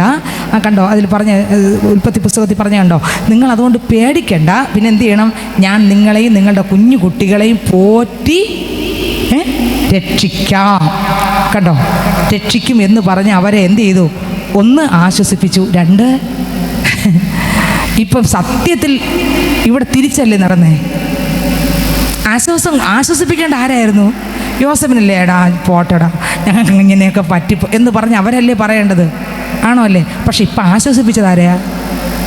യോസഫ് ഇവരെ. കാരണം ഇതാണ് ഞാൻ പറഞ്ഞത്, ഒരു തീക്കകത്തൂടെ നടക്കുന്ന ഒരാളായിരുന്നാൽ അയാളിനകത്ത് യേശു ഉണ്ടെങ്കിൽ അയാൾ തീക്കകത്തായിരിക്കും ഇരിക്കുന്നത്. പക്ഷേ ആ തീയെ അടുത്ത് വരുന്ന ആളിൻ്റെ വിഷമത്തെ അവരിൽ അകത്തിരിക്കുന്ന സമാധാന പ്രഭു തണുപ്പിച്ചങ്ങ് വിടും. നിങ്ങൾക്ക് മനസ്സിലാകുമെന്ന് എനിക്ക് അറിഞ്ഞൂടാ എനിക്ക്. നിങ്ങൾക്ക് എത്രയൊക്കെ മനസ്സിലായെന്ന് എനിക്ക് അറിഞ്ഞൂടാ. നമ്മുടെ ജീവിതത്തിനകത്ത് വേദനയും ഭാരങ്ങളുടെ നടുവിലൂടെ നമ്മൾ പോകുമ്പോൾ നമ്മുടെ അടുക്കൽ അനേകർ ചിലപ്പം വരുമ്പോൾ നമ്മൾ പോലും അറിയില്ല നമ്മളകത്ത് യേശുവാണ് ഇരിക്കുന്നതെങ്കിൽ നമ്മളെ തണുപ്പിക്കാനായിരിക്കും ആര് വന്നത്? പലരും നമ്മളെ അടുക്കൽ വരുന്നത്. പക്ഷേ തിരിച്ച് ആണ് നടന്നു പോകുന്നത്. എങ്ങനെയാണ്? ഈ വന്നവരാര് തണുപ്പിക്കും? ഈ തീക്കകത്തിരിക്കുന്നവർ അങ്ങോട്ട് തണുപ്പിച്ച് വിടും. ഇതിൻ്റെ അർത്ഥം എന്താ? കാര്യം എന്താ? അവരുടെ അകത്ത് നിറഞ്ഞു നിൽക്കുന്ന ആരാ? ഈ വന്നവരെ തണുപ്പിക്കുന്ന യേശു. കണ്ടോ, ഇങ്ങനെ ഒഴുകിക്കൊണ്ടിരിക്കുന്ന നദി പോലെ എത്ര പേരെ വേണം ആശ്വസിപ്പിച്ച് വിടുകയാ, ധൈര്യപ്പെടുത്തി വിടുകയാ, ബലപ്പെടുത്തി വിടുകയാ. ഓ സ്തോത്രം, ശക്തി പകർന്ന് വിടുകയാ. ഇതാണ് ആര്? യോസഫിൻ്റെ അകത്ത് ഇതായിരുന്നു. യോസഫ് ഇവരെ അങ്ങ് തണുപ്പിച്ചു വിട്ടു. അതുപോലെ ഞാൻ ചിന്തിക്കുകയാണ്, ഇതേപോലെയാണ് ഈ പെനീന നിന്ദിക്കുമ്പോഴും ഒരുപക്ഷെ ഹന്നയ്ക്ക് പെനീനോട് ഒരിക്കലും ദുഃഖമായിരിക്കത്തില്ല. പിന്നെ പെനീനെ, നിൻ്റെ നിന്ന എനിക്ക് അനുഗ്രഹമായി മാറി. നിന്ന് എനിക്ക് മാത്രമല്ല നമ്മുടെ രാജ്യത്തിനും എന്തായി മാറി? നമ്മുടെ രാജ്യത്തിലെ ആൾക്കാർക്കും എന്തായി മാറി? നമ്മുടെ കുടുംബത്തിന് മാത്രമല്ല മറ്റനേക കുടുംബങ്ങൾക്ക് നിൻ്റെ നിന്ന് ഞാൻ പ്രാർത്ഥിക്കാനും കരയാനും ഇങ്ങനൊരു കുഞ്ഞിനെ കിട്ടാനും ഇടയായിത്തീർന്നു. അപ്പോൾ ആ കുഞ്ഞായിരിക്കുമ്പോൾ 3-ാം അധ്യായത്തിലേക്ക് പോകുന്നു. ഇനി അത് ശമൂവേലിൻ്റെ പുസ്തകം 3-ാം അധ്യായത്തിനകത്തേക്ക് പോകുന്നു. 3:1 വായിക്കുമ്പോൾ ശമൂവേൽ ബാലൻ ഏലിയുടെ മുമ്പാകെ യഹോവയ്ക്ക് ശുശ്രൂഷ ചെയ്ത് പോന്നു. അക്കാലത്ത് യഹോവയുടെ വചനം ദുർലഭമായിരുന്നു. 3:1 വാക്യമാണ്. അക്കാലത്ത് യഹോവയുടെ വചനം ദുർലഭമായിരുന്നു, ദർശനം ഏറെയില്ല. കണ്ടോ, ദർശനം ഏറെയില്ല. അക്കാലത്ത് ഒരിക്കൽ ഏലി തൻ്റെ സ്ഥലത്ത് കിടന്നുറങ്ങി. കാണുവാൻ വഹിയാതെ വണ്ണം അവൻ്റെ കണ്ണ് മങ്ങിത്തുടങ്ങിയിരുന്നു. ആരുടെ കണ്ണ്? ഏലിയുടെ കണ്ണ് മങ്ങിത്തുടങ്ങി. ചില ശുശ്രൂഷയ്ക്കകത്ത് ശുശ്രൂഷ ചെയ്യുന്നവരുടെ കണ്ണ് മങ്ങുമ്പോൾ അതിനകത്തിരിക്കുന്നവരെന്ത് ചെയ്യും? ദൈവം കുറേയും കൂടെ അഭിഷേകം കൊടുത്ത് മങ്ങൽ മാറ്റി ആത്മാവിൻ്റെ തീ കൊടുത്ത് അത് ഇതിനകത്ത് നടക്കുകയാണ്. എവിടെയെങ്കിലും നിങ്ങളുടെ കുടുംബത്തിനകത്ത് പ്രാർത്ഥനയ്ക്കകത്തൊരു മങ്ങൽ പറ്റിയിട്ടുണ്ടെങ്കിൽ ഇന്ന് പകൽക്കാലം ഞാൻ പറയാം, ഇന്ന് ഇതിനകത്ത് പോകുമ്പോൾ ഒരു ശക്തി പ്രാപിച്ചേ പോകൂ. കഴിഞ്ഞ നാളുകളിലെ മങ്ങലുകൾ പൊട്ടിച്ച്, കഴിഞ്ഞ നാളുകളിലെ ഊനങ്ങൾ എവിടെയെങ്കിലും ഊനമായിട്ടുണ്ടെങ്കിൽ, ഊനത വന്നെങ്കിൽ, കുറവുകൾ വന്നെങ്കിൽ, ഏതെങ്കിലും ഭാഗത്ത് വീഴ്ചകൾ വന്നെങ്കിൽ, താഴ്ചകൾ വന്നെങ്കിൽ, എവിടെയെങ്കിലും സ്തോത്രം ഹല്ലേലൂയ, എവിടെയെങ്കിലും ഒരു മങ്ങലേറ്റെങ്കിൽ, എവിടെയെങ്കിലും ഒരു വന്നത വന്നെങ്കിൽ, അലസത വന്നെങ്കിൽ, മടി വന്നെങ്കിൽ, ഇന്ന് ഈ ആരാധന കഴിഞ്ഞ് മടങ്ങിപ്പോകുമ്പോൾ മന്നത മാറി കാഴ്ചയുള്ള ആളായി, ദൈവശക്തിയുള്ള ആളായി, ദൈവകൃപയുള്ള ആളായി, ആത്മാവിൻ്റെ ഒരു പുതപ്പും പ്രാപിച്ച് മടങ്ങിപ്പോകാൻ പോകുക. വന്നത് വേദനയോടെ ഇരിക്കുക, വന്നത് ഭാരത്തോടായിരിക്കുക, വന്നത് ദുഃഖത്തോടായിരിക്കുക. പേടിക്കണ്ട, ഈ ദുഃഖത്തിൻ്റെ അപ്പുറത്ത് വലിയൊരു വിടുതലുണ്ട്. ഹല്ലേലൂയ. ആ മങ്ങളുടെ മാറ്റുന്ന കർത്താവ് എന്ത് ചെയ്തിട്ടുണ്ട്? വന്നിട്ടുണ്ട്. ഹല്ലേലൂയ. ഇതിനകത്ത് അടുത്ത വാക്യം എഴുതിയിരിക്കുന്നത് ഇങ്ങനെയാണ്. ശമൂവേൽ നോക്കുമ്പോൾ ശമൂവേലിനൊന്നും അറിയത്തില്ല. ആരറിയത്തില്ല? ദൈവത്തിന് അറിയത്തില്ല. പക്ഷേ ഏലിക്കറിയാം. പക്ഷേ ഏലിക്ക് ഇപ്പം ദൈവത്തിൻ്റെ ശബ്ദം കേൾക്കാനുള്ള കണ്ണെന്ത് ചെയ്തു? മങ്ങിപ്പോയി. അടുത്ത വാക്യം 3-ാം വാക്യം, കാണുവാൻ വഹിയാതെ വണ്ണം അവൻ്റെ കണ്ണ് മങ്ങി തുടങ്ങിയിരുന്നു. ശമൂവേൽ ദൈവത്തിൻ്റെ പെട്ടകം ഇരിക്കുന്ന യഹോവയുടെ മന്ദിരത്തിൽ മന്ദിരത്തിൽ ദൈവത്തിൻ്റെ വിളക്ക് കെടുന്നതിന് മുമ്പേ ചെന്ന് കിടന്നു. നമ്മളെപ്പോഴും ഇങ്ങനെ കിടക്കണം, വിളക്ക് മുമ്പേ വേണം കിടക്കാൻ. എന്ന് പറഞ്ഞ അർത്ഥം എന്താ? ഒരു പാപം വരാതെ എന്ന് കർത്താവിൻ്റെ മുമ്പിൽ ദൈവത്തിന് സ്തോത്രം എന്ന് പറഞ്ഞാൽ 24 മണിക്കൂർ അങ്ങനെ ആയിരിക്കണം നമ്മളെ ജീവിതത്തിനകത്തൊരു പാപമില്ലാതെ. അതുകൊണ്ടാണ് കോപിച്ചാൽ പാപം ചെയ്യാതിരിപ്പിൻ, സൂര്യൻ അസ്തമിക്കുവോളം നിങ്ങളുടെ കോപം വെച്ചുകൊണ്ട് ഇരിക്കല്ലേ. സൂര്യൻ അസ്തമിക്കുന്നത് വരെ കോപം വെച്ചുകൊണ്ടിരുന്നാൽ സൂര്യൻ അസ്തമിച്ച് കഴിഞ്ഞ് രാത്രി കഴിഞ്ഞ് രാവിലെ ആകുമ്പോൾ ഇതിനകത്ത് ഈ പാപം അടുത്ത ഒരു കട്ടിയായി മാറി അവിടെ ചിലത് കിളിർക്കാൻ തുടങ്ങും. അതുകൊണ്ടാണ് കർത്താവ് പറഞ്ഞ് കോപിച്ചാൽ പാപം ചെയ്യാതിരിപ്പിൻ. സൂര്യൻ അസ്തമിക്കുവോളം നിങ്ങളുടെ കോപം വെച്ചുകൊണ്ടിരിക്കരുത്. ആ കോപം അകത്ത് വിഷമായിട്ട് മാറും. അത് പിന്നെ കലിപ്പാവും. പിന്നെ ഞാൻ കഴിഞ്ഞ സൂമിലൊക്കെ പ്രസംഗിച്ചിട്ടുണ്ട്. അത് പിന്നെ വലിയ വിഷയങ്ങളിലേക്ക് വിളി കേട്ടു. ദൈവത്തിൻ്റെ വിളി കേട്ടു. ആരാ വിളിച്ചത്? ദൈവം വിളിച്ചപ്പോൾ ദൈവത്തിൻ്റെ വിളി കേട്ട് ശമൂവേലിന് അറിഞ്ഞുകൂടാ ആരാ ശബ്ദം? ദൈവത്തിൻ്റെ ശബ്ദം. ഇങ്ങനെ വിളിച്ചു, വീണ്ടും വിളിച്ചു. വിളി കേട്ട് ഏലിയുടെ അടുക്കൽ ഓടിച്ചെന്നു. അടിയൻ ഇതാ എന്ന് വിളിച്ചുവല്ലോ, എന്നെ വിളിച്ചുവല്ലോ എന്ന് പറഞ്ഞു. ഞാൻ വിളിച്ചില്ല, പോയി കിടന്നു കൊള്ളുക എന്ന് അവൻ പറഞ്ഞു. അവൻ പോയി കിടന്നു. യഹോവ പിന്നെ ശമൂവേലേ ശമൂവേലേ എന്ന് വിളിച്ചു. ശമൂവേൽ എഴുന്നേറ്റ് ഏലിയുടെ അടുക്കൽ ചെന്നു. അടിയൻ ഇതാ എന്നെ വിളിച്ചുവല്ലോ എന്ന് പറഞ്ഞു. ഇന്ന് ഇതിനകത്ത് കർത്താവ് ചിലരെ വിളിക്കാൻ പോകുക. കർത്താവിന് വേണ്ടി മക്കളെ, സമയമായി നിന്നെ വിളിക്കാൻ സമയമായി. കർത്താവിന് വേണ്ടി ഒന്ന് വേർതിരിച്ച് നിർത്താൻ, കർത്താവിന് വേണ്ടി അഭിഷേകം നിർത്താൻ, ആ ശബ്ദം കേൾക്കാൻ, ആ സാന്നിധ്യം അനുഭവിച്ചറിയാൻ, ഒരു പുതിയ ആളായി ജീവിക്കുവാൻ ദൈവം നിന്നെ വിളിച്ച് വേർതിരിക്കാൻ സമയമായി. ഇന്ന് ഈ ആലയത്തിനകത്ത് ഈ വചനം കേട്ടോണ്ടിരിക്കുമ്പോൾ തന്നെ ആ വേർതിരിക്കുന്ന ഒരു ദൈവം ഇതിനകത്ത് വന്നിട്ടുണ്ട്. യഹസ്കേലിന്റെ മേൽ കൈവച്ച് യഹസ്കേലിനെ ആത്മാവിൽ പുറപ്പെടുവിച്ച ഒരു ദൈവം ഈ ആലയത്തിനകത്ത് നിന്ന് പകൽക്കാലം വന്നിട്ടുണ്ട്. നിന്നെ അഭിഷേകം ചെയ്ത് ഒന്ന് വേർതിരിച്ച് പേര് ചൊല്ലി വിളിച്ച് വേർതിരിക്കാൻ, പേര് ചൊല്ലി വിളിച്ച് അനേകരുടെ നടുവിൽ നിന്റെ പേര് ചൊല്ലി വിളിച്ച് മാറ്റി നിർത്തി നിന്നോട് മാത്രം കൃത്യമായിട്ട് ഇടപെടാൻ ദൈവത്തിനൊരു ഉദ്ദേശമുണ്ട്. ഹല്ലേലൂയ. സ്തോത്രം. ഏലിയോടല്ല ദൈവത്തിന് സംസാരിക്കാനുള്ളത്, പിന്നെയോ ഈ കൊച്ചു പിള്ളയോടാണ് ദൈവത്തിന് സംസാരിക്കാനുള്ളത്. ഏലിയോടല്ല സംസാരിക്കാനുള്ളത്, ഈ പിള്ളയോടാണ്. കാരണം പിള്ളയെ ദൈവം കൊടുത്തത് ആരാ? പ്രാർത്ഥിച്ചപ്പോൾ ദൈവം കൊടുത്ത പിള്ളയാ. ആലയത്തിന് വേണ്ടി അവൾ പ്രാർത്ഥിച്ചു വാങ്ങിയതാ. പക്ഷേ ക്രിസ്തുവിന് വേണ്ടിയുള്ള പിള്ളയ്ക്ക് വേണ്ടിയാണ്. പിള്ളയോടാണ് ആർക്ക് സംസാരിക്കാനുള്ളത്? ഇതിനകത്ത് യേശുവിൻ്റെ മക്കളോട് സംസാരിക്കാം. യേശു വന്നിട്ടുണ്ട്. എത്ര പേർക്ക് വെളിപ്പെടുന്ന എനിക്ക് അറിഞ്ഞുകൂടാ. യേശു കർത്താവിൻ്റെ മക്കളോട് സംസാരിക്കാൻ യേശു ഇന്ന് ആലയത്തിനകത്ത് വന്നിട്ടുണ്ട്. ശമൂവേൽ കിടന്നുറങ്ങിയ സ്ഥലത്ത് ഇറങ്ങി നിന്ന് വിളിച്ച ദൈവം ഈ ആലയത്തിനകത്തും പേര് ചൊല്ലി ചില മക്കളെ വിളിക്കുന്നുണ്ട്. മക്കളെ സ്തോത്രം എന്ന് വിളിക്കുന്നുണ്ട്. നീ തിരിച്ചറിയും വരെ നിന്നെ പേര് ചൊല്ലി വിളിച്ച് യേശുവാണ് നിന്നെ വിളിച്ചതെന്ന് തിരിച്ചറിയും വരെ യേശുവാണ് വിളിച്ചതെന്ന് നീ പേര് തിരിച്ചറിയും വരെ. ജീസസ്. ഹല്ലേലൂയ. ദൈവത്തിന് സ്തോത്രം. ദൈവത്തിന് അപ്പോൾ പേര് ചൊല്ലി വേർതിരിച്ച് നിർത്തുന്ന ഒരു ദൈവമാണ് നമ്മുടെ ദൈവം. ഇവിടെ ഇതാ ഈ സ്തോത്രം ആലയത്തിനകത്ത് സ്തോത്രം പെട്ടകത്തിൻ്റെ ചുവട്ടിൽ കിടന്നുറങ്ങിയ കുഞ്ഞിനെ പേര് ചൊല്ലി. അവൻ കുഞ്ഞുമോനായിരുന്നു. ആ കുഞ്ഞുമോൻ്റെ ഹൃദയത്തെ കണ്ട കുഞ്ഞുമോൻ്റെ അമ്മയുടെ പ്രാർത്ഥനയുടെ കുഞ്ഞാണ് ഈ കുഞ്ഞ്. ഹല്ലേലൂയ. ഞാൻ പറയും മുഴുവൻ പ്രാർത്ഥനയാണ്. ആ കുഞ്ഞ് മുഴുവൻ എന്താണ്? പ്രാർത്ഥനയാണ്. ആ കുഞ്ഞ് മുഴുവൻ ആരുടേതാണ്? ദൈവത്തിൻ്റെതാണ്. ആ കുഞ്ഞ് മുഴുവൻ ആർക്ക് വേണ്ടിയുള്ള കുഞ്ഞാണ്? അതുകൊണ്ട് തന്നെയാണ് ആ പാലുകൂടി മാറിയപ്പോൾ ഉടനെ കൊണ്ട് ആലയത്തിനകത്താക്കിയതും. ദൈവത്തിന് സ്തോത്രം. ആ കുഞ്ഞിനെ ദൈവത്തിനായിട്ട് അങ്ങ് വിട്ടുകൊടുത്തു. ദൈവത്തിന് സ്തോത്രം. ദൈവത്തിനായിട്ട് ആ കുഞ്ഞിനെ കൊടുത്തപ്പോൾ എൻ്റെ ദൈവം ആ കുഞ്ഞിൻ്റെ അടുക്കൽ ഇറങ്ങി സ്തോത്രം വിളിച്ചു. ശമൂവേലേ വിളി കേൾക്കുന്നത് വരെ വിളിച്ചു. നിങ്ങൾ വീട്ടിൽ പോയിട്ട് അത് ഭാഗം വായിക്കണം. ആ കുഞ്ഞ് വിളി കേൾക്കുന്നത് വരെ വിളിച്ചു. അവസാനം ഏലി പറഞ്ഞു, നീ സ്തോത്രം ഇനി കിടന്നോ. ഏലിക്ക് മനസ്സിലായി. അതുവരെ കണ്ണ് കാഴ്ച നഷ്ടപ്പെട്ടിരുന്നു. ഏലിക്ക് മനസ്സിലായില്ല ദൈവമാണ് വിളിച്ചത് മനസ്സിലായില്ല. അവസാനം മനസ്സിലായി ഇതാരാണ് വിളിച്ചത്. ഇപ്പം ഏലിയെ വിളിയില്ല. ഇപ്പം ആരെ വിളിച്ചു? കുഞ്ഞിനെ വിളിക്കാൻ.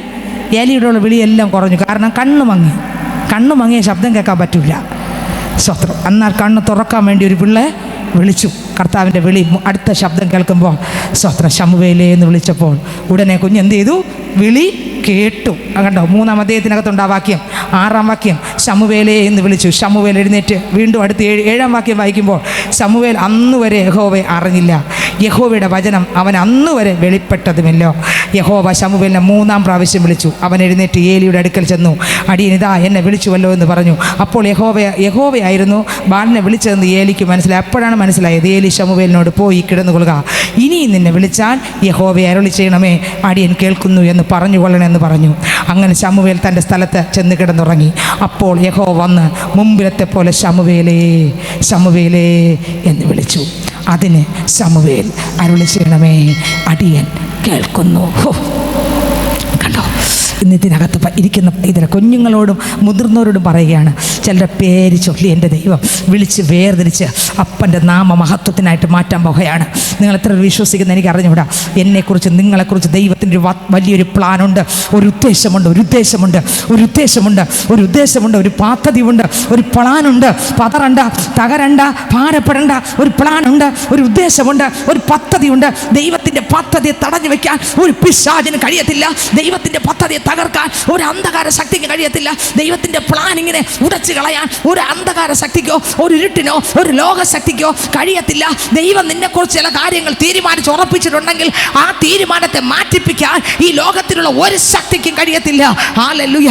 ഇന്ന് പകൽക്കാലിനകത്തിരിക്കുന്ന ഓരോ മക്കളെക്കുറിച്ചും ദൈവത്തിൻ്റെ ഒരു ഉദ്ദേശമുണ്ട്. ഹല്ലേലൂയ. ദൈവം അതിനു വേണ്ടി ഒരുക്കിയെടുക്കും. ഇവിടെ ഇതാ ശബ്ദം കേട്ടു, പുറത്തു വന്നു. ദൈവത്തിന് സ്തോത്രം. അന്ന് മുതൽ ആ മരണം വരെയും അപ്പന് വേണ്ടി നിന്ന് കേട്ടോ. അന്ന് മുതൽ എവിടം വരെയും? മരണം വരെയും. ഈ ശമൂവേലിന് പറയാനും ഒരു സാക്ഷ്യം, വലിയൊരു സാക്ഷ്യം ഉണ്ടായിരുന്നു. ശമൂവേലിനെ സ്തോത്രം പറയാൻ, നിങ്ങളുടെ ഒന്നും ഞാൻ മോഹിച്ചിട്ടില്ല. മരിക്കുന്നതിന് മുമ്പ് ശമൂവേൽ സാക്ഷ്യം പറയും. ഇതുപോലെ അപ്പോസ്തലനാകുന്ന പൗലോസും സാക്ഷി പറഞ്ഞിട്ടുണ്ട്. സാക്ഷ്യം പറയും, ആരുടെ ഒന്നും മോഹിക്കാതെ ചെയ്ത ശുശ്രൂഷ. സ്തോത്രം. ദൈവഹിതമല്ലാത്തതൊന്നും ചെയ്യാത്ത ശുശ്രൂഷയായിരുന്നു ആരുടെ ശുശ്രൂഷ? ശമൂവേൽ പ്രവാചകന്റെ ശുശ്രൂഷ. അവസാനം വരെയും ദാൻ മുതൽ ബേർശേബ വരെ പ്രവചിച്ചപ്പോൾ ഒറ്റ പ്രവചനം പോലും കള്ളപ്രവചനം വരാത്ത പ്രവാചകനാണ് ആരുടെ പ്രവാചകൻ? ഏത് പ്രവാചകൻ? ശമൂവേൽ. ഒറ്റ പ്രവചനം പോലും കള്ളം വന്നില്ല. ഒറ്റ പ്രവചനം പോലും നടക്കാതെ പോയില്ല. ഒറ്റ പ്രവചനം പോലും ശരിയാകാത്തതില്ലായിരുന്നു. എല്ലാ പ്രവചനങ്ങളും എങ്ങനെയുള്ളതായിരുന്നു? ശരിയായിരുന്നു. ഹല്ലേലൂയ. അതാ പറഞ്ഞത്, ഞാൻ പറഞ്ഞത് അങ്ങനെയാണ്. ഹല്ലേലൂയ. ഞാൻ പറയട്ടെ, നിന്നയുടെ നടുവിലും വേദനയുടെ നടുവിലും ദുഃഖത്തിന് നടുവിലിരിക്കുമ്പോൾ പ്രാർത്ഥിക്കുന്ന പൈതലേ, പ്രാർത്ഥനയ്ക്ക് ഉത്തരം വരുന്നത് ഒരു ഊനവുമില്ലാത്തൊരു നന്മയായിരിക്കും. ഹല്ലേലൂയ. നിങ്ങൾക്ക് എത്രയൊക്കെ വെളിപ്പെടുത്തി എനിക്ക് അറിഞ്ഞുവിടാം.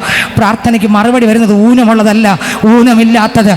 സ്തോത്രം. നിറവുള്ളത്, തികവുള്ളത്, അനുഗ്രഹമുള്ളത്, ദൈവപ്രവൃത്തി വെളിപ്പെടുന്നതായിരിക്കും. സ്തോത്രം. നിന്നയുടെ നടുവിലുള്ള ഹന്നയുടെ പ്രാർത്ഥനയുടെ മുൻപിൽ പുറത്തു വന്നത് ഒരു അനുഗ്രഹമായിരുന്നെങ്കിൽ ഇന്ന് പകൽക്കാലം വ്യത്യസ്തമായ വിഷയത്തോടെ നീ പ്രാർത്ഥിച്ച് ഞരങ്ങിക്കൊണ്ടിരിക്കുമ്പോൾ ഒരു നന്മയുള്ളത്, ഒരു അനുഗ്രഹമുള്ളത്, ഒരു വിടുതലുള്ള മറുപടി, ഒരു അനുഗ്രഹത്തിന്റെ മറുപടി, ഒരു നന്മയുടെ മറുപടി, ഒരു കുഴപ്പമില്ലാത്തൊരു മറുപടി, ഒരു വിടുതലിന്റെ മറുപടി നിനക്ക് തരുവാൻ യേശു വിശ്വസ്തനെന്ന്. ഹല്ലേലൂയ. യേശു വിശ്വസ്തനാണ്. ഹല്ലേലൂയ. ദൈവത്തിന് സ്തോത്രം. അങ്ങനെയെങ്കിൽ ഇവിടെ ശമൂവേലിനെ വിളിച്ചപ്പോൾ ശമൂവേൽ എന്ത് ചെയ്തു? സ്തോത്രം. ശമൂവേൽ എന്ത് ചെയ്തു? വിളി കേട്ടു. അടിയനിതാ എൻ്റെ ദൈവം സംസാരിക്കാൻ തുടങ്ങി. അന്ന് മുതൽ മരണം വരെയും ആരോടാരും സംസാരിച്ചു? എല്ലാവരും ശ്രദ്ധിക്കുന്നുണ്ടോ? ആരോട് സംസാരിച്ചു? ദൈവം ശമൂവേലിനോട് സംസാരിച്ചു. ഇന്ന് എത്ര പേർക്ക് ആഗ്രഹമുണ്ട്, അയ്യോ എൻ്റെ കർത്താവ് എനിക്കും ആ ശബ്ദം കേൾക്കണം. പറഞ്ഞേ, കർത്താവ് എനിക്കും ആ ശബ്ദം കേൾക്കണം. പറഞ്ഞേ, വാ തുറന്ന് പറഞ്ഞേ, യേശുവേ എനിക്കും. മോനെ പറ, മക്കളും പറ, എടാ എനിക്കും പറ. പറഞ്ഞേ, ഹല്ലേലൂയ. യേശുവേ അപ്പ എനിക്കും ആ ശബ്ദം കേൾക്കണം. പറഞ്ഞേ, എല്ലാവരും പറഞ്ഞേ, യേശുപ്പ എനിക്കും അങ്ങയുടെ ശബ്ദം കേൾക്കണം, എനിക്കും അങ്ങേ കാണണം, ആ ശബ്ദം കേൾക്കണം. പറഞ്ഞേ, എല്ലാവരും പറഞ്ഞേ, എല്ലാവരും പറഞ്ഞേ. ഒരു കൃപ ഇന്ന് പകൽക്കാലം പകരാൻ പകയാ. പറഞ്ഞേ, കർത്താവേ എനിക്കും അങ്ങേ കാണണം, എനിക്കും അങ്ങയുടെ കൂടെ നടക്കണം, എനിക്കും അങ്ങയുടെ ശബ്ദം കേൾക്കണം. കർത്താവില്ലാത്തൊരു നിമിഷം എനിക്ക് വേണ്ട. പറഞ്ഞേ, കർത്താവില്ലാത്തൊരു നിമിഷം വേണ്ട, കർത്താവില്ലാത്തൊരു യാത്ര വേണ്ട, കർത്താവില്ലാത്തൊരു രാത്രി വേണ്ട, കർത്താവില്ലാത്തൊരു പകൽ വേണ്ട, കർത്താവില്ലാത്തൊരു നിമിഷം വേണ്ട. യേശുപ്പച്ച, അപ്പൻ്റെ ശബ്ദം എനിക്ക് കേൾക്കണം, അപ്പൻ എനിക്ക് കാണണം, അപ്പനെ നേരിട്ട് എനിക്ക് കാണണം, അപ്പൻ എനിക്ക് അനുഭവിച്ചറിയണം, എനിക്ക് രുചിച്ചറിയണം. ആ ശക്തിയുടെ അളവറ്റ വലിപ്പ, അപ്പൻ്റെ കൃപ എത്രമാത്രം എനിക്ക് അനുഭവിച്ചറിയാം. ആ ശക്തി എനിക്ക് വേണം. ഇത് അപ്പൻ്റെ അടുക്കലേക്ക് ഞാൻ വരികയാണപ്പാ. അപ്പൻ്റെ കൃപകളാൽ, അപ്പൻ്റെ വരങ്ങളാൽ, അപ്പൻ്റെ അഭിഷേകത്താൽ എന്നെയും കൂടെ ഒന്ന് നിറയ്ക്കുക. ഹല്ലേലൂയ. ഇന്ന് ഇതിനകത്ത് സ്തോത്ര ആരാധന വിട്ട് പോകുന്നതിന് മുൻപേ ചില മക്കളുടെ മേൽ ദൈവത്തിൻ്റെ ശക്തിയെ പകർന്ന് ദൈവം അയക്കൂ. ആരെല്ലാം ദാഹത്തോടെ സ്തോത്രം ദാഹിച്ചിരിക്കുന്നത് നിറയ്ക്കുവാൻ ഒരു കർത്താവ് വന്നിട്ടുണ്ട്. ഏത് കർത്താവ്? സ്തോത്രം. തളരാത്ത കർത്താവ്. ഏത് കർത്താവ്? സ്തോത്രം. ബലഹീനത ഉണ്ടാകാത്ത കർത്താവ്. കാത്തിരിക്കുന്നവന് ശക്തി പകരുന്ന കർത്താവ്. കഴുകന്മാരെ പോലെ ചിറകടിച്ച് കയറുവാൻ തക്കവണ്ണം ശക്തി കൊടുക്കുന്ന കർത്താവ്. സ്തോത്രം. ക്ഷീണിച്ചു പോകാത്ത കർത്താവ്, തളർന്നു പോകാത്ത കർത്താവ്, ബലഹീനത താങ്ങുന്ന കർത്താവ് ഇന്ന് ആലയത്തിനകത്ത് വന്നിട്ടുണ്ട്. വന്നിരിക്കുന്ന കർത്താവ് തളർന്ന കർത്താവല്ല, പിന്നെയോ ചവഞ്ഞ ഓട ഓടിക്കാത്ത, പുകയുന്ന തിരിയെ കെടുത്താത്ത, പ്രശ്നങ്ങളുടെ പ്രതിസന്ധികളുടെയും പ്രതികൂലങ്ങളുടെ നടുവിൽ ശക്തിയെ പകരുന്ന ഒരു കർത്താവ് ഇന്ന് ആലയത്തിനകത്ത് വന്നിട്ടുണ്ട്. ഇവിടെ ഇതാ ശമൂവേലിനെ വിളിച്ചു, വേർതിരിച്ചു. ശമൂവേലിന് ഒരു കോപവും വന്നില്ല, ഒരു പ്രശ്നവും വന്നില്ല. ശമൂവേലിൻ്റെ ജീവിതത്തിൽ ദൈവം എന്ത് പറയുമോ അതിലപ്പുറം ശമൂവേൽ ഒന്നും ചെയ്തില്ല. ശമൂവേലിന് കോപവും വന്നില്ല. പക്ഷേ യോനയെ ദൈവം വിളിച്ചപ്പോൾ യോനയ്ക്ക് എന്തുണ്ട്? ഞാൻ രണ്ടുപേരെ വിളിച്ച കാര്യം പറഞ്ഞ ദൈവത്തിന് ഓരോരുത്തരെ കുറിച്ച് ഓരോ ഉദ്ദേശം ഉണ്ട്. എന്നാൽ കുഞ്ഞുനാളിലെ പ്രാർത്ഥിച്ച് കിട്ടിയ പിള്ളയാകുന്ന ആര്? ശമൂവേലിന് എന്ത് വന്നില്ല? കോപം വന്നില്ല. ദൈവശബ്ദം കേൾക്കാൻ തുടങ്ങി. മരണം വരെ ആ ശബ്ദം കേട്ടു. പാവമൊന്നും ജീവിതത്തിൽ വന്നില്ല. എന്നാൽ യോന എന്ന പ്രവാചകൻ നോക്കുമ്പോൾ യോനയുടെ ജീവിതത്തിനകത്ത് ദൈവം വിളിച്ച് വേർതിരിച്ചു, ദൈവം പറഞ്ഞു, ദൈവ ശബ്ദമെല്ലാം കേൾക്കാമായിരുന്നു. പക്ഷേ യോനയ്ക്ക് എപ്പോഴും എന്തുണ്ട്? കോപം. നമുക്ക് യോനയുടെ പുസ്തകത്തിലേക്ക് പോകാം. സ്തോത്രം. എന്നാൽ ശമൂവേലിന് എന്തില്ലായിരുന്നു? കോപമില്ലായിരുന്നു. ശമൂവേലിന് വേറെ ഒന്നുമല്ല സംഭവിച്ചത്. അവിടെ ശമൂവേലിനെ ദൈവം ഏൽപ്പിച്ചത് വിശ്വസ്തതയോടെ ചെയ്തു. ആമേൻ. വിശ്വസ്തതയോടെ തൻ്റെ വേല തികച്ച് അപ്പൻ്റെ രാജ്യത്തിലേക്ക് കയറിപ്പോയി. ഹല്ലേലൂയ. ഭൂതസംഘമാകവേ എന്നെ എതിരേൽക്കുവാൻ സദസന്നദ്ധരായി നിന്നിടുന്നേ, ശുഭ്രവസ്ത്രധാരിയായി എൻ്റെ പ്രിയൻ്റെ മുൻപിൽ ഹല്ലേലൂയ പാടിയിടും ഞാൻ. ശുഭ്രവസ്ത്രധാരിയായി എൻ്റെ പ്രിയൻ്റെ മുൻപിൽ ഹല്ലേലൂയ പാടിയിടും ഞാൻ. ഏറെ നാളായി കാൺമാനാശയായി കാത്തിരുന്ന എൻ്റെ പ്രിയനേ, ഏറെ നാളായി കാൺമാനാശയാ കാത്തിരുന്ന എൻ്റെ പ്രിയനേ, തേജസ്സോടെ ഞാൻ കാണുന്ന നേരം തിരുവാടണഞ്ഞിടുമേ. തേജസ്സോടെ ഞാൻ കാണുന്ന നേരം തിരുവാടണഞ്ഞിടുമേ. ഭൂതസംഘമാകവേ എന്നെ എതിരേൽക്കുവാൻ സദസന്നദ്ധര നിന്നിടുന്നേ. ശുഭ്രവസ്ത്രധാരിയായി എൻ്റെ പ്രിയൻ്റെ മുന്നിൽ ഹല്ലേലൂയ പാടിയിടും ഞാൻ. ശുഭ്രവസ്ത്രധാരിയായി എൻ്റെ പ്രിയൻ്റെ മുന്നിൽ ഹല്ലേലൂയ പാടിയിടും ഞാൻ.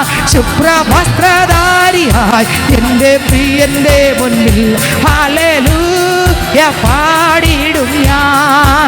ശുഭ്രവസ്ത്രധാരിയായി എൻ്റെ പ്രിയൻ്റെ മുൻപിൽ ഹല്ലേലൂയ പാടിയിടും ഞാൻ. ശുഭ്രവസ്ത്ര എൻ്റെ പ്രിയൻ്റെ മുൻപിൽ ഹല്ലേലൂയ പാടിയിടും ഞാൻ. ശുഭ്രവസ്ത്രധാരിയായി എൻ്റെ പ്രിയൻ്റെ മുൻപിൽ ഹല്ലേലൂയ പാടിയിടും ഞാൻ. ശുഭ്രവസ്ത്ര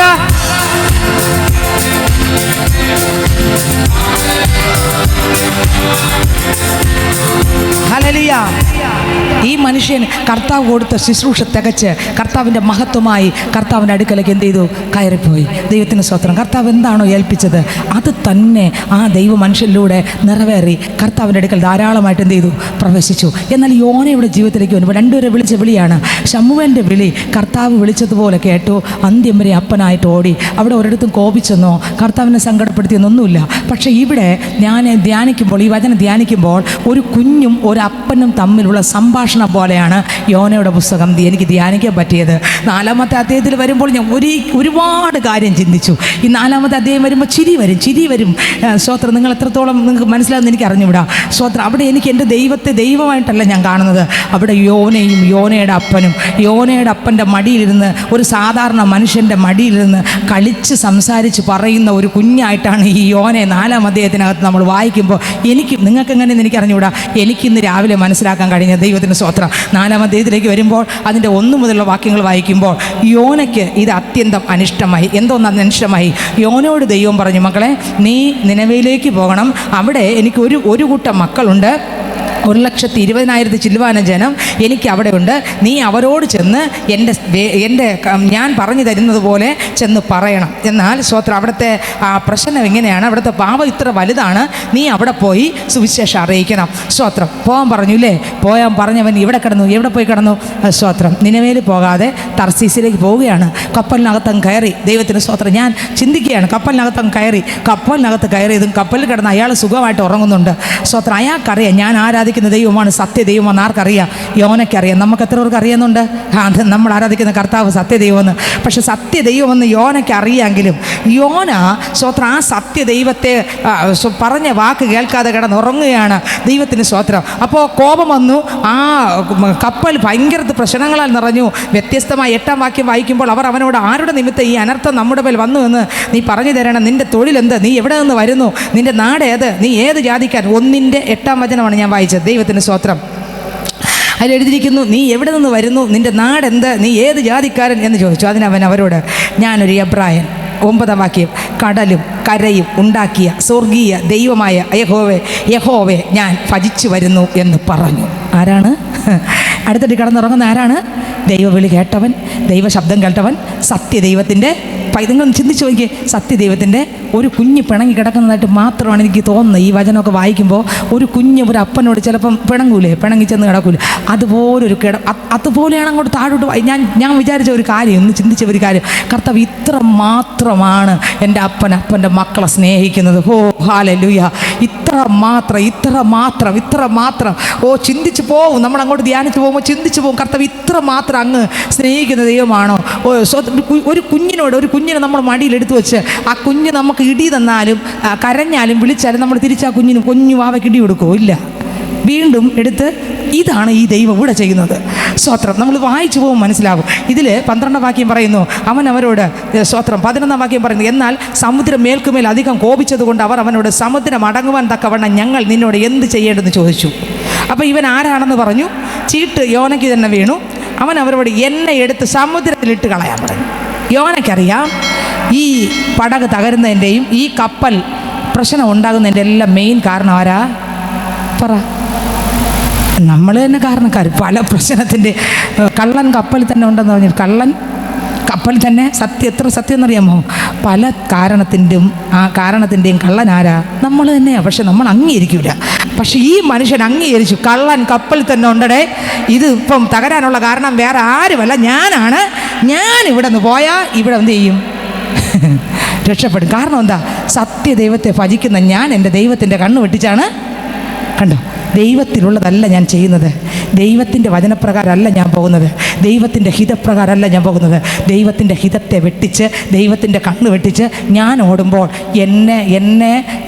ഞാൻ ദൈവത്തിൻ്റെ കണ്ണ് വെട്ടിക്കുന്നു. പക്ഷേ കണ്ണ് വെട്ടിക്കാൻ നോക്കുന്നു. പക്ഷേ ദൈവത്തിൻ്റെ കണ്ണിന് ഞാൻ വെട്ടിക്കാൻ നോക്കുമ്പോൾ ദൈവം എന്നെ നേരിട്ട് കണ്ടും കൊണ്ട് എൻ്റെ അടുത്ത് നിന്ന് ഇതെല്ലാം ചെയ്തുകൊണ്ടിരിക്കുകയാണ്. ഇത് കലിതുള്ളാൻ കാരണം വേറെ ആരുമല്ല, ഞാനാണ്.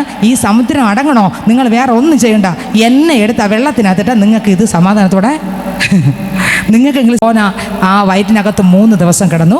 യോനയെ കൊണ്ട് ഛർദ്ദിച്ചു, കരയിലിട്ടു. യോനയുടെ ശരീരം മുഴുവനും തൊലിയില്ല, ശരീരം മുഴുവൻ ഇല്ല. അവിടെ ആ മണലിലോട്ട് വീണപ്പോൾ ശരീരം എങ്ങനെ കിടന്ന് കാന്തി കാണും. ശരീരം മൊത്തം സ്വത്രം മൊത്തം തോലുമില്ല. ഒരു മാംസ കഷ്ണം വീഴും പോലെ എന്ന് എവിടെ വീണു? കരയിൽ. എന്തുകൊണ്ടാണ് അങ്ങനെ വീഴാൻ കാരണം? കർത്താവ് പറഞ്ഞത് അംഗീകരിക്കാതെ പോയി. പക്ഷെ എന്നിട്ടും ദൈവം വിട്ടോ? എന്നിട്ടും ദൈവം മത്സ്യത്തോട് കൽപ്പിച്ചില്ല, നീ എൻ്റെ പിള്ളയെ നീ തൊട്ടുപോരുത്, ഇതിൻ്റെ വയറ്റിൽ സുരക്ഷിതമായിരിക്കണം. ചിന്തിച്ചു നോക്കിയേ. ചിലപ്പോൾ ചില പ്രതിസന്ധികളുടെ നടുവിൽ നമ്മൾ വിചാരിക്കും തീർന്നു, നാളെ ഒരു പ്രഭാതം കാണില്ല. പക്ഷെ അവിടെയും ഞാനും നിങ്ങളും ദൈവത്തിൻ്റെ പൈതലാണെങ്കിൽ ഒരു സുരക്ഷിതമായ മനുഷ്യൻ ഭയങ്കര വിരോധം കാണും. പക്ഷെ എൻ്റെ ദൈവം അതല്ല. ദൈവം വിരോധം കാണിച്ച് നമ്മൾ ഒറ്റയെണ്ണം അവിടെ കാണൂല. Oh Jesus! ദൈവം അതല്ല. ദൈവം യോനയ്ക്ക് തക്ക പ്രതിഫലം കൊടുത്തിരുന്നെങ്കിൽ യോന അവിടെ കാണൂലായിരുന്നു. ദൈവത്തിന് സ്തോത്രം. എന്നാൽ യോനയ്ക്കൊരു പോറൽ പോലും പറ്റാൻ ദൈവം വിടാതെ യോനെ സുരക്ഷിതമായിട്ട് അതിനകത്ത് കരുതി സ്തോത്രം കൊണ്ട് ശർദ്ദിപ്പിച്ചു. യോന നേരെ എവിടെ പോയി? നിനവേൽ ചെന്ന് വചനം പ്രസംഗിച്ച ഉടനെ ജനങ്ങളും രാജ്യത്തിലെ രാജാവും രാജ്യത്തിലുള്ള കുഞ്ഞുങ്ങൾ വരെ മൃഗങ്ങൾ വരെ എന്ത് ചെയ്തു? ഉപവസിച്ചു. അവിടെ ഒരു ഉപവാസ പ്രാർത്ഥന. എന്തോന്ന്? ഉപവാസ പ്രാർത്ഥന. യോന ഒരിക്കലും വിചാരിച്ചില്ല ഇവർ ദൈവവചനം ചെന്ന് പറയുമ്പോൾ ഉപവസിക്കുമെന്ന്. യോന വിചാരിച്ചില്ല. ദൈവം പറഞ്ഞത് എന്തോന്നാണ്? അവന് വിരോധമായി പ്രസംഗിക്കുക, ഞാൻ അവയെ തകർക്കാൻ പോകുന്നു. പക്ഷെ യോന എന്ന് പ്രസംഗിച്ചപ്പോൾ അവരെല്ലാവരും മുട്ടുമടക്കിയപ്പോൾ ദീർഘക്ഷമയുള്ള ദൈവം ജനത്തോട് ക്ഷമിച്ചു. ജനത്തോട് എന്ത് ചെയ്തു? ഇത് കണ്ടപ്പോൾ ആക്ക് കോപം വന്നു. നിങ്ങളൊന്ന് ചിന്തിച്ചു നോക്കിയേ. ഇപ്പോൾ പ്രവാചകനെ പറഞ്ഞു വിട്ടു, നീ പോ, അവിടെ ഞാൻ തകർക്കാൻ പോവുകയാണെന്ന് പറഞ്ഞു വിട്ടു. പ്രവാചകൻ ചെന്ന് പറഞ്ഞു തകർക്കാൻ പോവുകയെന്ന് പറഞ്ഞപ്പോൾ ജനം എല്ലാം മുട്ടുമടക്കിയപ്പോൾ ആര് കരുണ കാണിച്ചു? ദൈവം കരുണ കാണിച്ചു. അപ്പോൾ പ്രവാചകൻ്റെ അകത്ത് കോപം വന്നു. ഈ ദൈവത്തിന് എന്തെന്ന് വേറെ ജോലിയില്ലേ?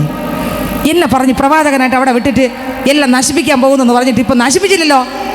അപ്പോൾ എന്നെക്കുറിച്ച് ഇവരെന്ത് വിചാരിക്കും? ആര്? ഈ 1,20,000 പേരെ ഞാൻ പറഞ്ഞത് കള്ളമെന്നല്ലേ പറയുള്ളൂ. നശിച്ചെങ്കിൽ നിങ്ങൾക്ക് മനസ്സിലാകുന്നുണ്ടല്ലേ? നശിച്ചെങ്കിൽ പ്രവചനം ശരി, പക്ഷേ നശിച്ചില്ലല്ലോ. അപ്പം ഇത് കണ്ടപ്പോൾ ആർക്ക് കോപം വന്നു? യോനയ്ക്ക് അങ്ങ് പിടിച്ച കിട്ടാത്ത കോപം വന്നു. 4-ാം അധ്യായം വായിക്കുമ്പോൾ യോനയ്ക്ക് ഇത് അത്യന്തം അനിഷ്ടമായി. എവർ രട്ടിലും വെണ്ണിയിലും ഇരുന്ന് ഉപവസിക്കാൻ തുടങ്ങി. 5-ാം വാക്യം. എന്നാൽ നിനവേക്കാർ ദൈവത്തിൽ വിശ്വസിച്ച് ഒരു ഉപവാസം പരസ്യം ചെയ്തു. വലിയവരും ചെറിയവരും 3:5 വലിയവരും ചെറിയവരും സ്വത്രം ഒരുപോലെ രട്ടെടുത്തു. വർത്തമാനം നിനവേ രാജാവിൻ്റെ അടുക്കലെത്തിയേറെ അവൻ സിംഹാസനത്തിൽ എഴുന്നേറ്റ് രാജവസ്ത്രം നീക്കിവെച്ച് രട്ട് പുതച്ച് വെണ്ണീറിലിരുന്നു. അവരെ അങ്ങോട്ട് ഉപവാസം തുടങ്ങി. ആര്? രാജാവ് ഇറങ്ങി. എവിടെ നിന്നിറങ്ങി? രാജാവ് സിംഹാസനത്തിൽ നിന്നിറങ്ങി വസ്ത്രം മാറ്റി അങ്ങോട്ട് ഒരിക്കലും ആരും പ്രതീക്ഷിച്ചില്ല. യോന പ്രതീക്ഷിച്ചില്ല ഇത് നടക്കുമായിരുന്നെന്ന്. ഒരിക്കലും യോന നോക്കിയപ്പോൾ ഇതൊക്കെ എൻ്റെ കണ്ണിൽ കാണുന്നത് കാരണം പ്രവചിക്കാൻ പറയുകയും ചെയ്തു, ഇത് നടക്കുമെന്ന് പറയുകയും ചെയ്തു. സംഭവം നടക്കുന്നും ഇല്ല. മനസ്സിലാവുന്നുണ്ടോ? പക്ഷെ ദൈവം നോക്കിയേ, യോന ആര്? ദൈവം യോനെ വിട്ടത് തന്നെയാണ്. പക്ഷേ ഈ ജനം കരഞ്ഞപ്പോൾ ആര് വിളി കേട്ടു? ഒന്ന് വിളിച്ചാലോടി എൻ്റെ, ഇത്രയേ ഉള്ളൂ. അരികിലെത്തുന്ന ആളാണ് ആര്? പക്ഷെ യോന മാറി നിന്ന് ഇതിനകത്തുണ്ട്. നമ്മളത് വായിക്കുമ്പോൾ ചിരി വരും. അതിനകത്ത് എഴുതിയിരിക്കുകയാണ് 6-ാം വാക്യം 4:6 കിടക്കുന്നു. യോന അവൻ്റെ സങ്കടത്തിൽ നിന്ന് വിടുവിപ്പാൻ തക്കവണ്ണം അവൻ്റെ തലയ്ക്ക് സ്തോത്രം യോന ഈ ഒരു കുടിലുണ്ടാക്കി. 5-ാം വാക്യം. അനന്തരം യോന നഗരം വിട്ടു ചെന്ന് നഗരത്തിൻ്റെ കിഴക്ക് വശത്തിരുന്നു. അവിടെ ഒരു കുടിലുണ്ടാക്കി നഗരത്തിന് എന്ത് ഭവിക്കുമെന്ന് കാണുവോളം അവിടെ പ്രവചിച്ചിരുന്ന് ഒരു കുടിലുണ്ടാക്കി. ഇപ്പോൾ പ്രവചിച്ചിട്ട് വന്ന സ്ഥലത്തിൽ എന്തൊക്കെ സംഭവിക്കുമെന്ന് ആൾക്ക് കാണണം. പക്ഷെ ഒന്നും സംഭവിച്ചും കണ്ടോ? കുടിലുണ്ടാക്കി ഒതുങ്ങിയിരിക്കുകയാണ്. നിങ്ങൾ ചിന്തിച്ചു നോക്കിക്കുക യോനയുടെ മനസ്സ് ദൈവത്തിൻ്റെ മനസ്സും. യോനയ്ക്ക് കോപം വരാൻ എന്താ കാരണം? യോന പ്രവചിച്ച പ്രവചനം പോലെ നടന്നോ? ഇല്ല. ദൈവമല്ലേ പറഞ്ഞു വിട്ടത്? നടന്നോ? ഇല്ല, നടന്നുമില്ല. അപ്പോൾ കോപം എന്ത് ചെയ്തു? വന്നു. അതാണ് കോപം വരാൻ കാരണം. നോക്കിക്കേ 4-ാം വാക്യം. യോനയ്ക്ക് അത് അത്യന്തം 4:1 യോന ഇവിടെ പുസ്തകം 4-ാം അധ്യായം 1 യോനയ്ക്ക് ഇത് അത്യന്തം അനിഷ്ടമായി. അവന് കോപം വന്നു. അവൻ യഹോവയോട് പ്രാർത്ഥിച്ചു. ആർക്ക് കോപം വന്നു? യോനയ്ക്ക് കോപം വന്നു. അവൻ യഹോവയോട് എന്ത് ചെയ്തു? പ്രാർത്ഥിച്ചു. സ്തോത്രം. അവൻ യഹോവയോട് പ്രാർത്ഥിച്ചു, അയ്യോ യഹോവേ, ഞാൻ എൻ്റെ ദേശത്തായിരുന്നപ്പോൾ ഞാൻ പറഞ്ഞ വാക്ക് ഇത് തന്നെ അല്ലയോ? ഇതല്ലേ ഞാൻ പറഞ്ഞു? ഞാൻ അവിടെ പോവും, പ്രവചിക്കും, നീ അവരെ കണ്ണീര് കണ്ട് വിടിവിക്കും, ഞാൻ പൊട്ടനാവേയും ചെയ്യും. കണ്ടോ? ഇതല്ലയോ ഞാൻ പറഞ്ഞത്? കണ്ടോ? അതുകൊണ്ടായിരുന്നു ഞാൻ തർശീസിലേക്ക് ബന്ധപ്പെട്ട് ഓടിപ്പോയത്. നീ കൃപയും കരുണയും ദീർഘക്ഷമയും മഹാദയുമുള്ളത് ദൈവമായി അനർത്ഥത്തെക്കുറിച്ച് അനുതപിക്കുന്നവൻ എന്ന് ഞാൻ അറിഞ്ഞു. ആകയാൽ യഹോവേ എൻ്റെ പ്രാണനെ എടുത്തുകൊള്ളണമേ. ചിന്തിച്ചു നോക്കിയേ, ഒരു കുഞ്ഞു പറയും പോലെ. കാരണം ആ ദേശം മുഴുവൻ രക്ഷപ്പെട്ടത് കൊണ്ടുള്ളൊരു സന്തോഷമല്ല, താൻ പ്രവചിച്ചത് അതുപോലെ നടക്കാത്തതുകൊണ്ടുള്ള വേദന. മരണം കാത്തിരിക്കുന്ന എന്തിനാണ്? അവിടെ അനർത്ഥം വന്നെങ്കിൽ പറഞ്ഞ പ്രവചനം ശരിയായേനെ. പക്ഷേ അനർത്ഥം പ്രവചിച്ചപ്പോൾ അവരെന്ത് ചെയ്തു? മുട്ടുമടക്കി പ്രാർത്ഥിച്ചു. പക്ഷേ പ്രാർത്ഥിച്ചപ്പോൾ ദൈവം, ദീർഘക്ഷമയുള്ള ദൈവം എന്ത് ചെയ്തു? ക്ഷമിച്ചു. പക്ഷേ ഇത് അംഗീകരിക്കാൻ ആർക്ക് പറ്റിയില്ല? യോനയ്ക്ക്. പക്ഷെ ദൈവം ക്ഷമിച്ചാലും പലപ്പോഴും നമ്മളാണ്. ചിന്തിച്ചു നോക്കിയേ, ദൈവം ക്ഷമിക്കാൻ വിശ്വസ്തനാണ്.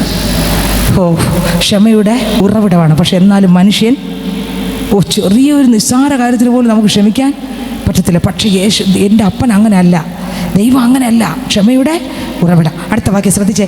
സ്തോത്രം. അടുത്ത വാക്യം. സ്തോത്രം. അനുദപിച്ചു.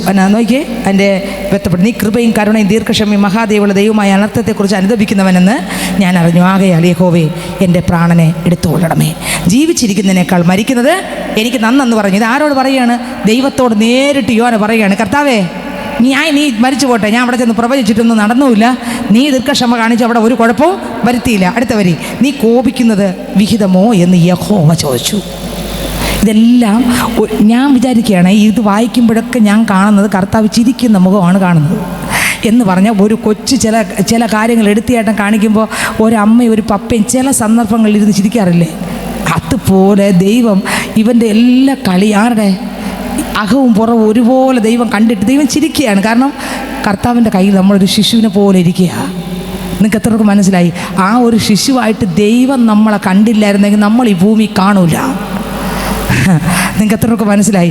നമ്മൾ ചെയ്യുന്നതെല്ലാം ഓർത്താൽ, എന്നാൽ ദൈവം ചിരിച്ചുകൊണ്ട് അത് ക്ഷമിക്കുന്നത് കൊണ്ടല്ലേ? നിങ്ങളൊന്ന് ചിന്തിച്ചു നോക്കിയേ. കരുണ കാണിക്കുന്നതുകൊണ്ടല്ലേ? ഇപ്പോൾ യോനയ്ക്ക് കോപം വന്നു, ദൈവത്തിന് വേണമെങ്കിൽ വെട്ടി തകർക്കാം, പക്ഷേ ദൈവം വെട്ടി തകർത്തെന്നാണോ? നോക്കിയേ. സ്തോത്രം. നീ കോപിക്കുന്നത് വിഹിതമോ എന്ന് യഹോവ ചോദിച്ചു. 5-ാം വാക്യം. അനന്തര യോന നഗരം വിട്ടു ചെന്ന് ഇത് ചോദിച്ചിട്ട് ഇത്ര ചോദിച്ചോളൂ. ചോദിച്ച ഉടനെ ഒരു കുഞ്ഞിനെ പോലെ, ചില പിള്ളേർ കണ്ടിട്ടില്ലേ, ഒളിച്ചങ്ങ് ചെന്ന് അവിടെ എവിടെയെങ്കിലും മൂലയിൽ ചെന്ന് കതവും പൂട്ടി അങ്ങ് ഇരിക്കും. കണ്ടിട്ടുണ്ടോ ചില പിള്ളേർ മാതാവിനോട് പിതാവിനോട് പിണങ്ങി ഇരിക്കും. അവർ സ്വത്രം ചിലപ്പോൾ അടി കൊടുത്തതുകൊണ്ടായിരിക്കും, ചിലപ്പം എന്തെങ്കിലും ആയിരിക്കും, പിണങ്ങിയിരിക്കും. അതുപോലെയല്ലേ ഈ യോന എന്ന് വിളിച്ചിരുന്ന് നോക്കിയേ. ദൈവം ചോദിച്ചു, നീ ഇത് കോപിക്കുന്നത്? ഇത്രേ ചോദിച്ചോളൂ, മറുപടി ഒന്നുമില്ല. പക്ഷെ നേരെ 5-ാം വാക്യം നോക്കിയേ. അനന്തരം യോന നഗരം വിട്ടു ചെന്ന് നഗരത്തിൻ്റെ കിഴക്ക് വശത്ത് ചെന്ന് ഇരുന്നു. അവിടെ ഒരു കുടിലുണ്ടാക്കി. കൊച്ചു പിള്ളേരുണ്ടാക്കുമ്പോൾ ഒരു കുടില് നിങ്ങൾ ചിന്തിച്ചു ഉണ്ടാക്കി. അടുത്ത് നോക്കിയേ, ദൈവത്തിൻ്റെ കാര്യമാണെന്ന് അതിനേക്കാളും നമ്മൾ അറിയാതെ ചിരിച്ചു പോകും. നോക്കിയേ, സ്തോത്രം. കർത്താവ് കൂടെ നിന്ന് കളിക്കുകയാണ്. ഇതിൻ്റെ കൂടെ നിന്ന് ഒരു കളിക്കൂട്ടുകാരനെ പോലെ. നിങ്ങൾ ചിന്തിച്ചു നോക്കിയാൽ നമ്മുടെ കൂട്ടത്തിൽ ഇതുപോലെ ആരുണ്ട്? ഓ യേശുവിൽ എൻ തോഴനെ കണ്ടേ എനിക്കെല്ലാമായവനേ, 10,000ങ്ങളിൽ ഏറ്റവും സുന്ദരരേ, ഷാരോനിൻ പനിനീർ പുഷ്പം അവനെ ഞാൻ കണ്ടെത്തി, 10,000ങ്ങളിൽ ഏറ്റവും സുന്ദരനേ. ഹല്ലേലൂയ. നോക്കിയേ, ഈ മനുഷ്യൻ കൂടെ ഉണ്ടാക്കിയപ്പോൾ എന്ത് സംഭവിച്ചു നോക്കിയേ. 5-ാം വാക്യം. അനന്തരം യോന നഗരം വിട്ടു ചെന്ന് നഗരത്തിൻ്റെ കിഴക്കേ വശത്തിരുന്നു. അവിടെ ഒരു കുടിലുണ്ടാക്കി നഗരത്തിന് എന്ത് ഭവിക്കുമെന്ന് കാണുവോളം അതിന് കീഴെ തണലിൽ പാർത്തു. അവിടെ കിടക്കുകയാണ്, ഒളിച്ചു കിടക്കും പോലെ അവിടെ ചെന്ന് കിടക്കുകയാണ്. ശ്രദ്ധിച്ചു കേട്ടെ അടുത്ത വരിയെ. യോനെ അവൻ്റെ സങ്കടത്തിൽ നിന്ന് വിടിപ്പാൻ തക്കവണ്ണം അവൻ്റെ തലയ്ക്ക് തണലായിരിക്കേണ്ടതിന് യഹോവയായ ദൈവം ഒരു ആവണക്ക് സെക്കൻഡുകൾ കൊണ്ട് കൽപ്പിച്ചുണ്ടാക്കി. അവിടെ ഇപ്പോൾ ഒരു കളിക്കുന്നൊരു കുഞ്ഞും ഒരു അപ്പനും കണ്ടിട്ടില്ല. ചിലപ്പം നമ്മളെ മക്കൾ എന്തെങ്കിലുമൊക്കെ ചില വികൃതികൾ കാണിക്കുമ്പോൾ നമ്മളും തിരിച്ചൊരു ഇത് കാണിക്കൂലേ? നിങ്ങൾ ഞാൻ കാണിച്ചിട്ടുണ്ട് ഒരുപാട്. അപ്പോൾ അത് കണ്ടിച്ചിരിക്കാൻ വേണ്ടി സ്തോത്രം നമ്മൾ ചെയ്തത് കണ്ടിച്ചിരിക്കാൻ വേണ്ടി. പക്ഷെ കർത്താവിനൊന്ന് നോക്കിയേ, നിങ്ങൾ ഇവിടെ നിന്ന് ഇതുപോലെയാണ് എന്നെ നിങ്ങൾ അടുത്തറിയുന്ന വേറെ ആരുമില്ല. ശമൂവേലിനെ അടുത്തറിഞ്ഞ ദൈവം ശമൂവേലിനെ പേര് ചൊല്ലി വിളിച്ചു. ശമൂവേലിനെ ഇതുപോലെയൊന്നും അല്ല കൊണ്ടുപോയത്, ശമൂവേലിനെ അല്ലാതെ കൊണ്ടുപോയി. പക്ഷെ യോനയുടെ സ്വഭാവം ആർക്കറിയാം? ഞാൻ പറഞ്ഞു പറഞ്ഞ ആശയം നിങ്ങൾക്ക് പിടികിട്ടുമെന്ന് എനിക്ക് അറിഞ്ഞൂടാ. യോനയുടെ കോപ സ്വഭാവം ആർക്കറിയാം? യോന എങ്ങനെ ആ യോനയോട് ചെയ്യുന്ന കാര്യം നോക്കിക്കേ എങ്ങനെയെന്ന്. നമ്മളാണെങ്കിൽ കോപിഷ്ടൻ്റെ അടുക്ക പോവോ? നമ്മളാണെങ്കിൽ ശമൂവേലിൻ്റെ അടുത്ത് വേണമെങ്കിൽ, പക്ഷേ കോപിഷ്ടൻ്റെ അടുത്ത് പോവോ? പക്ഷേ യേശുപ്പച്ചന് ശമൂവേലിനെയും വേണം. നിങ്ങൾക്ക് കരുണയുള്ള ദൈവം എത്രയൊക്കെ മനസ്സിലായി. നമ്മൾ കോപിച്ചിരിക്കുന്നവരുടെ അടുത്ത് പോവോ? ഇയാൾ കോപത്തോടെ ചെന്ന് എന്തുണ്ടാക്കി? ഒരു കുടിലുണ്ടാക്കി അതിനകത്ത് താമസിക്കുക. നോക്കിയേ, ആ വചനം നമുക്കറിയാതെ യോന നഗരം വിട്ടു ചെന്ന് നഗരത്തിൻ്റെ കിഴക്ക് വശത്തിരുന്നു. അവിടെ ഒരു കുടിലുണ്ടാക്കി നഗരത്തിന് എന്ത് ഭവിക്കുമെന്ന് കാണുവോളം അതിൻ്റെ കീഴെ തണലിൽ പാർത്തു. 6-ാം വാക്യം. യോനയെ അവൻ്റെ സങ്കടത്തിൽ നിന്ന് വിടുവിപ്പാൻ എൻ്റെ അപ്പം പറയുന്നു, കോപിച്ചത് വേറൊന്നും കൊണ്ടല്ല, അവന് സങ്കടം വന്നു. നമ്മൾ പറയൂലേ, നമ്മളെ കുഞ്ഞ് ചിലപ്പം എന്തെങ്കിലും കാണിച്ച് ആരെങ്കിലും അവിടെ വീട്ടിൽ കയറി വന്നാൽ കുഞ്ഞവിടെ എന്താടാ അങ്ങനെ നിൻ്റെ മുഖം ഇരിക്കുന്നു ചോദിക്കുമ്പോൾ നമ്മളൊന്ന് അവന് സങ്കടം പറയൂലേ. നോക്കിയേ, ഇതുപോലെ ഒരു ശബ്ദമാണ് ഇവിടെയും ദൈവം ആരെക്കുറിച്ച് പറയുന്നത്. ഇതുപോലെയാണ് ഇതിനകത്തിരിക്കുന്ന ഓരോരുത്തരും വ്യത്യസ്തമായ സങ്കടത്തോടും വേദനയോടും ദുഃഖത്തോടും വ്യത്യസ്തമായിരിക്കും, ഒന്നല്ല പലതായിരിക്കും. അപ്പോഴും ഒരു കുഞ്ഞിനോട് എൻ്റെ ദൈവം ഇടപെടും പോലെ ഇന്ന് ഇതിനകത്തിരിക്കുന്ന ഓരോ മക്കളോട് ഈ വചനം എടുത്തെടുത്ത് വായിച്ച് പറയാൻ കാരണം വേറെ ഒന്നുമല്ല, ഒരു കുഞ്ഞിനോട് ഇടപെടുന്നത് പോലത്തെ ഒരു അപ്പനാണ് ഞാൻ നിങ്ങൾ ആരാധിക്കുന്ന അപ്പൻ. ഏത് രാത്രിയും ഏത് പകലും ഏത് നട്ടുച്ചയ്ക്കും ഏത് പട്ടാപ്പകലും വേദനയുടെ നടുവിലോ തീച്ചൂളയുടെ നടുവിലോ ഞരക്കത്തിൻ്റെ നടുവിലോ കണ്ണുനീരിൻ്റെ നടുവിലോ ഒറ്റക്കാക്കി ഒറ്റപ്പെടുത്തി മാറ്റിവിടുന്ന ദൈവമല്ല. കണ്ണുനീര് തുടച്ചിട്ട് അടുത്തു വന്ന് സങ്കടങ്ങൾ അറിയുന്ന ഒരു ദൈവം ഉണ്ട്. നമ്മുടെ സങ്കടങ്ങളെ അറിയുന്ന ഒരു ദൈവം അല്ലേ. ഹല്ലേലൂയ. നോക്കിയേ, യോന അവിടെ സ്തോത്രം ചെറിയൊരു കുടിലും ഉണ്ടാക്കിയിരുന്നപ്പോൾ അവിടെ ആര് ചെന്നു?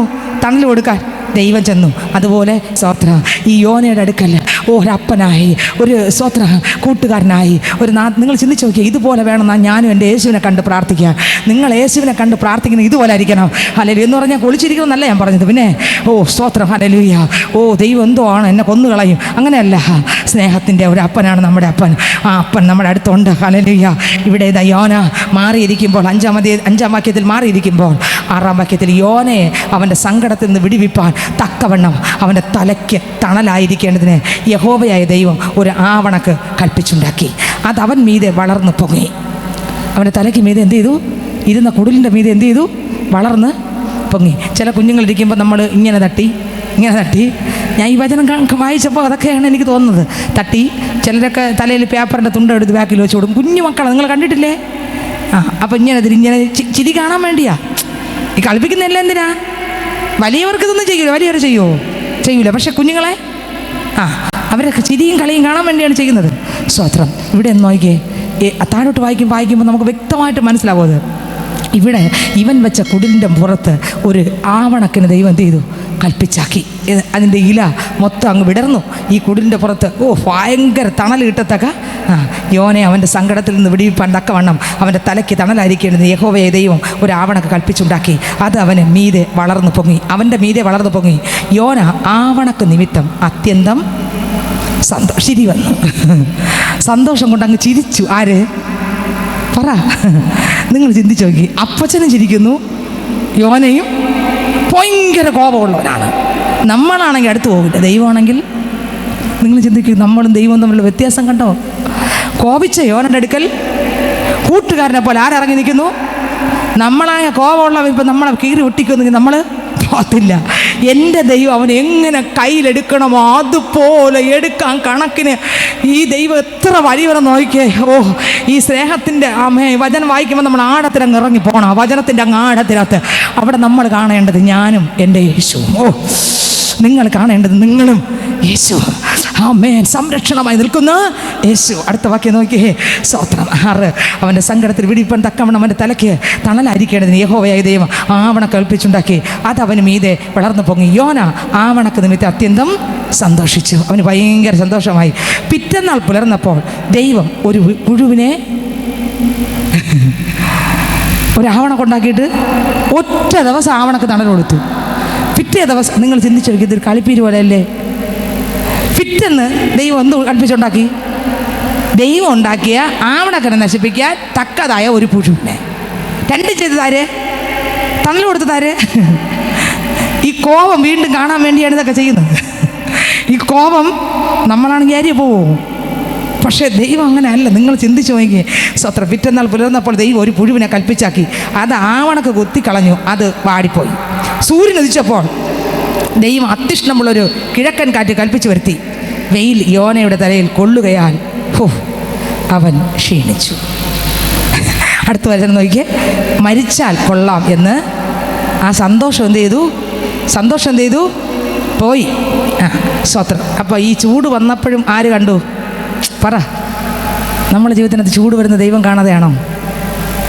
ആവണക്ക് പട്ടത് ദൈവം കാണാതെയാണോ? പുഴു വന്ന ദൈവം കാണാതെയാണോ? നമ്മൾ പറയുന്നത് എന്താണ്? ഈ പുഴു എങ്ങനെയൊക്കെ വന്ന് കയറി. അല്ല, ദൈവം കണ്ടിട്ട് തന്നെയാണ്. ആവണക്ക് ദൈവം കാണാതെയാണോ? ആ ചൂട് വന്നത് ദൈവം കാണാതെയാണോ? അല്ല. അടുത്ത വരി നോക്കിയേ. സ്തോത്രം. 8-ാം വാക്യം. സൂര്യൻ ഉദിച്ചപ്പോൾ ദൈവം അത്യുഷ്ണമുള്ള ഒരു കിഴക്കൻ കാറ്റ് കൽപ്പിച്ചു വരുത്തി. വെയിൽ യോനയുടെ തലയിൽ കൊള്ളുകയാൽ അവൻ ക്ഷീണിച്ചു. മരിച്ചാൽ കൊള്ളാം എന്നിച്ഛിച്ചു. ജീവിച്ചിരിക്കുന്നതിനേക്കാൾ മരിക്കുന്ന എനിക്ക് നന്നെന്ന് പറഞ്ഞു. ദൈവം യോനയോട്, നീ ആവണക്ക് നിമിത്തം കോപിക്കുന്നത് വിഹിതമോ? മുകളിൽ എന്തെന്ന് ചോദിച്ചു? 4-ാം വാക്യം. നീ കോപിക്കുന്നത് വിഹിതമോ? ഇത്രയും നേരം യോനയോട് ഓരോ കാര്യങ്ങൾ കളിയിലൂടെ ദൈവവും യോനയും തമ്മിൽ 4-ാം വാക്യം നിങ്ങൾ വീട്ടിൽ ചെന്ന് ഒന്നുകൂടെ വായിക്കണേ. വായിച്ചത് ആഴത്തിലങ്ങ് ഇറങ്ങട്ടെ. സ്തോത്രം. എവിടം വരെ വന്നു? 9-ാം വാക്യം. ദൈവം വീണ്ടും യോനയോട്, നീ ആവണക്ക് നിമിത്തം കോപിക്കുന്നത് വിഹിതമോ എന്ന് ചോദിച്ചതിന് അവൻ, ഞാൻ മരണവരെയൊന്നും കോപിക്കുന്നത് വിഹിതം തന്നെ.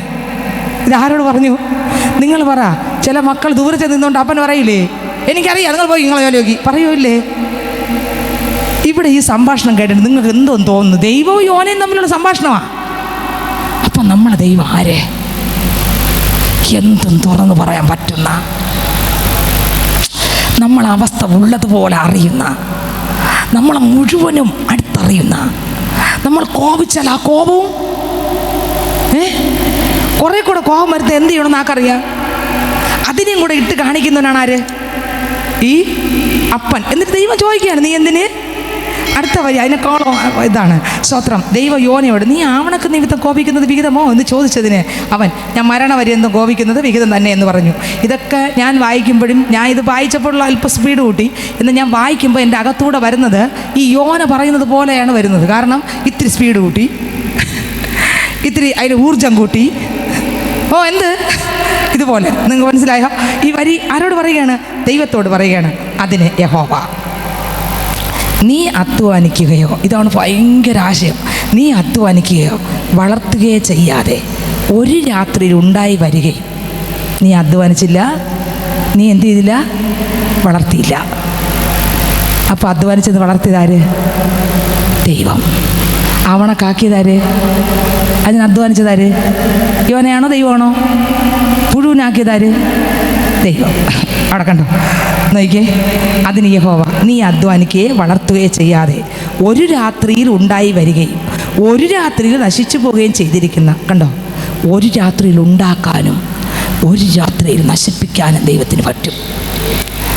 ചിലതിന് ഒരു രാത്രി കൊണ്ട്, നമുക്കെതിരെ നിൽക്കുന്ന ഇരുട്ടിൻ്റെ ശക്തി ഒരു രാത്രി കൊണ്ട് ഉടയ്ക്കാൻ, ഒരു സെക്കൻഡ് കൊണ്ട് ആ പ്രശ്നങ്ങളെ ഉടയ്ക്കാൻ ദൈവം ശക്തനാണ്. ചില പ്രതിസന്ധികളെ തകർക്കാൻ, ചില പ്രതികൂലങ്ങളെ ഉടയ്ക്കാൻ, ചില അന്യായ നുഖങ്ങൾ അഴിക്കാൻ ഒരു സെക്കൻഡ് കൊണ്ട് സകലതും ചെയ്യാൻ ആർക്ക് സാധ്യമാണ്? ദൈവത്തിന് സാധ്യമാണ്. യോനോട് സംസാരിക്കുകയാണ്. സ്തോത്രം. ഒരു രാത്രിയിൽ ഉണ്ടായി വരികയും ഒരു രാത്രി നശിച്ചു പോവുകയും ചെയ്തിരിക്കുന്ന ആവണക്കിനെ കുറിച്ച് നിനക്ക് അയ്യോ ഭാവം തോന്നുന്നുവല്ലോ. എടാ, നിനക്ക് നീ നട്ടതല്ല, വളർത്തിയതല്ല, നീ വെള്ളം ഒഴിച്ചതല്ല, നിനക്കെന്തോന്ന് വേദന?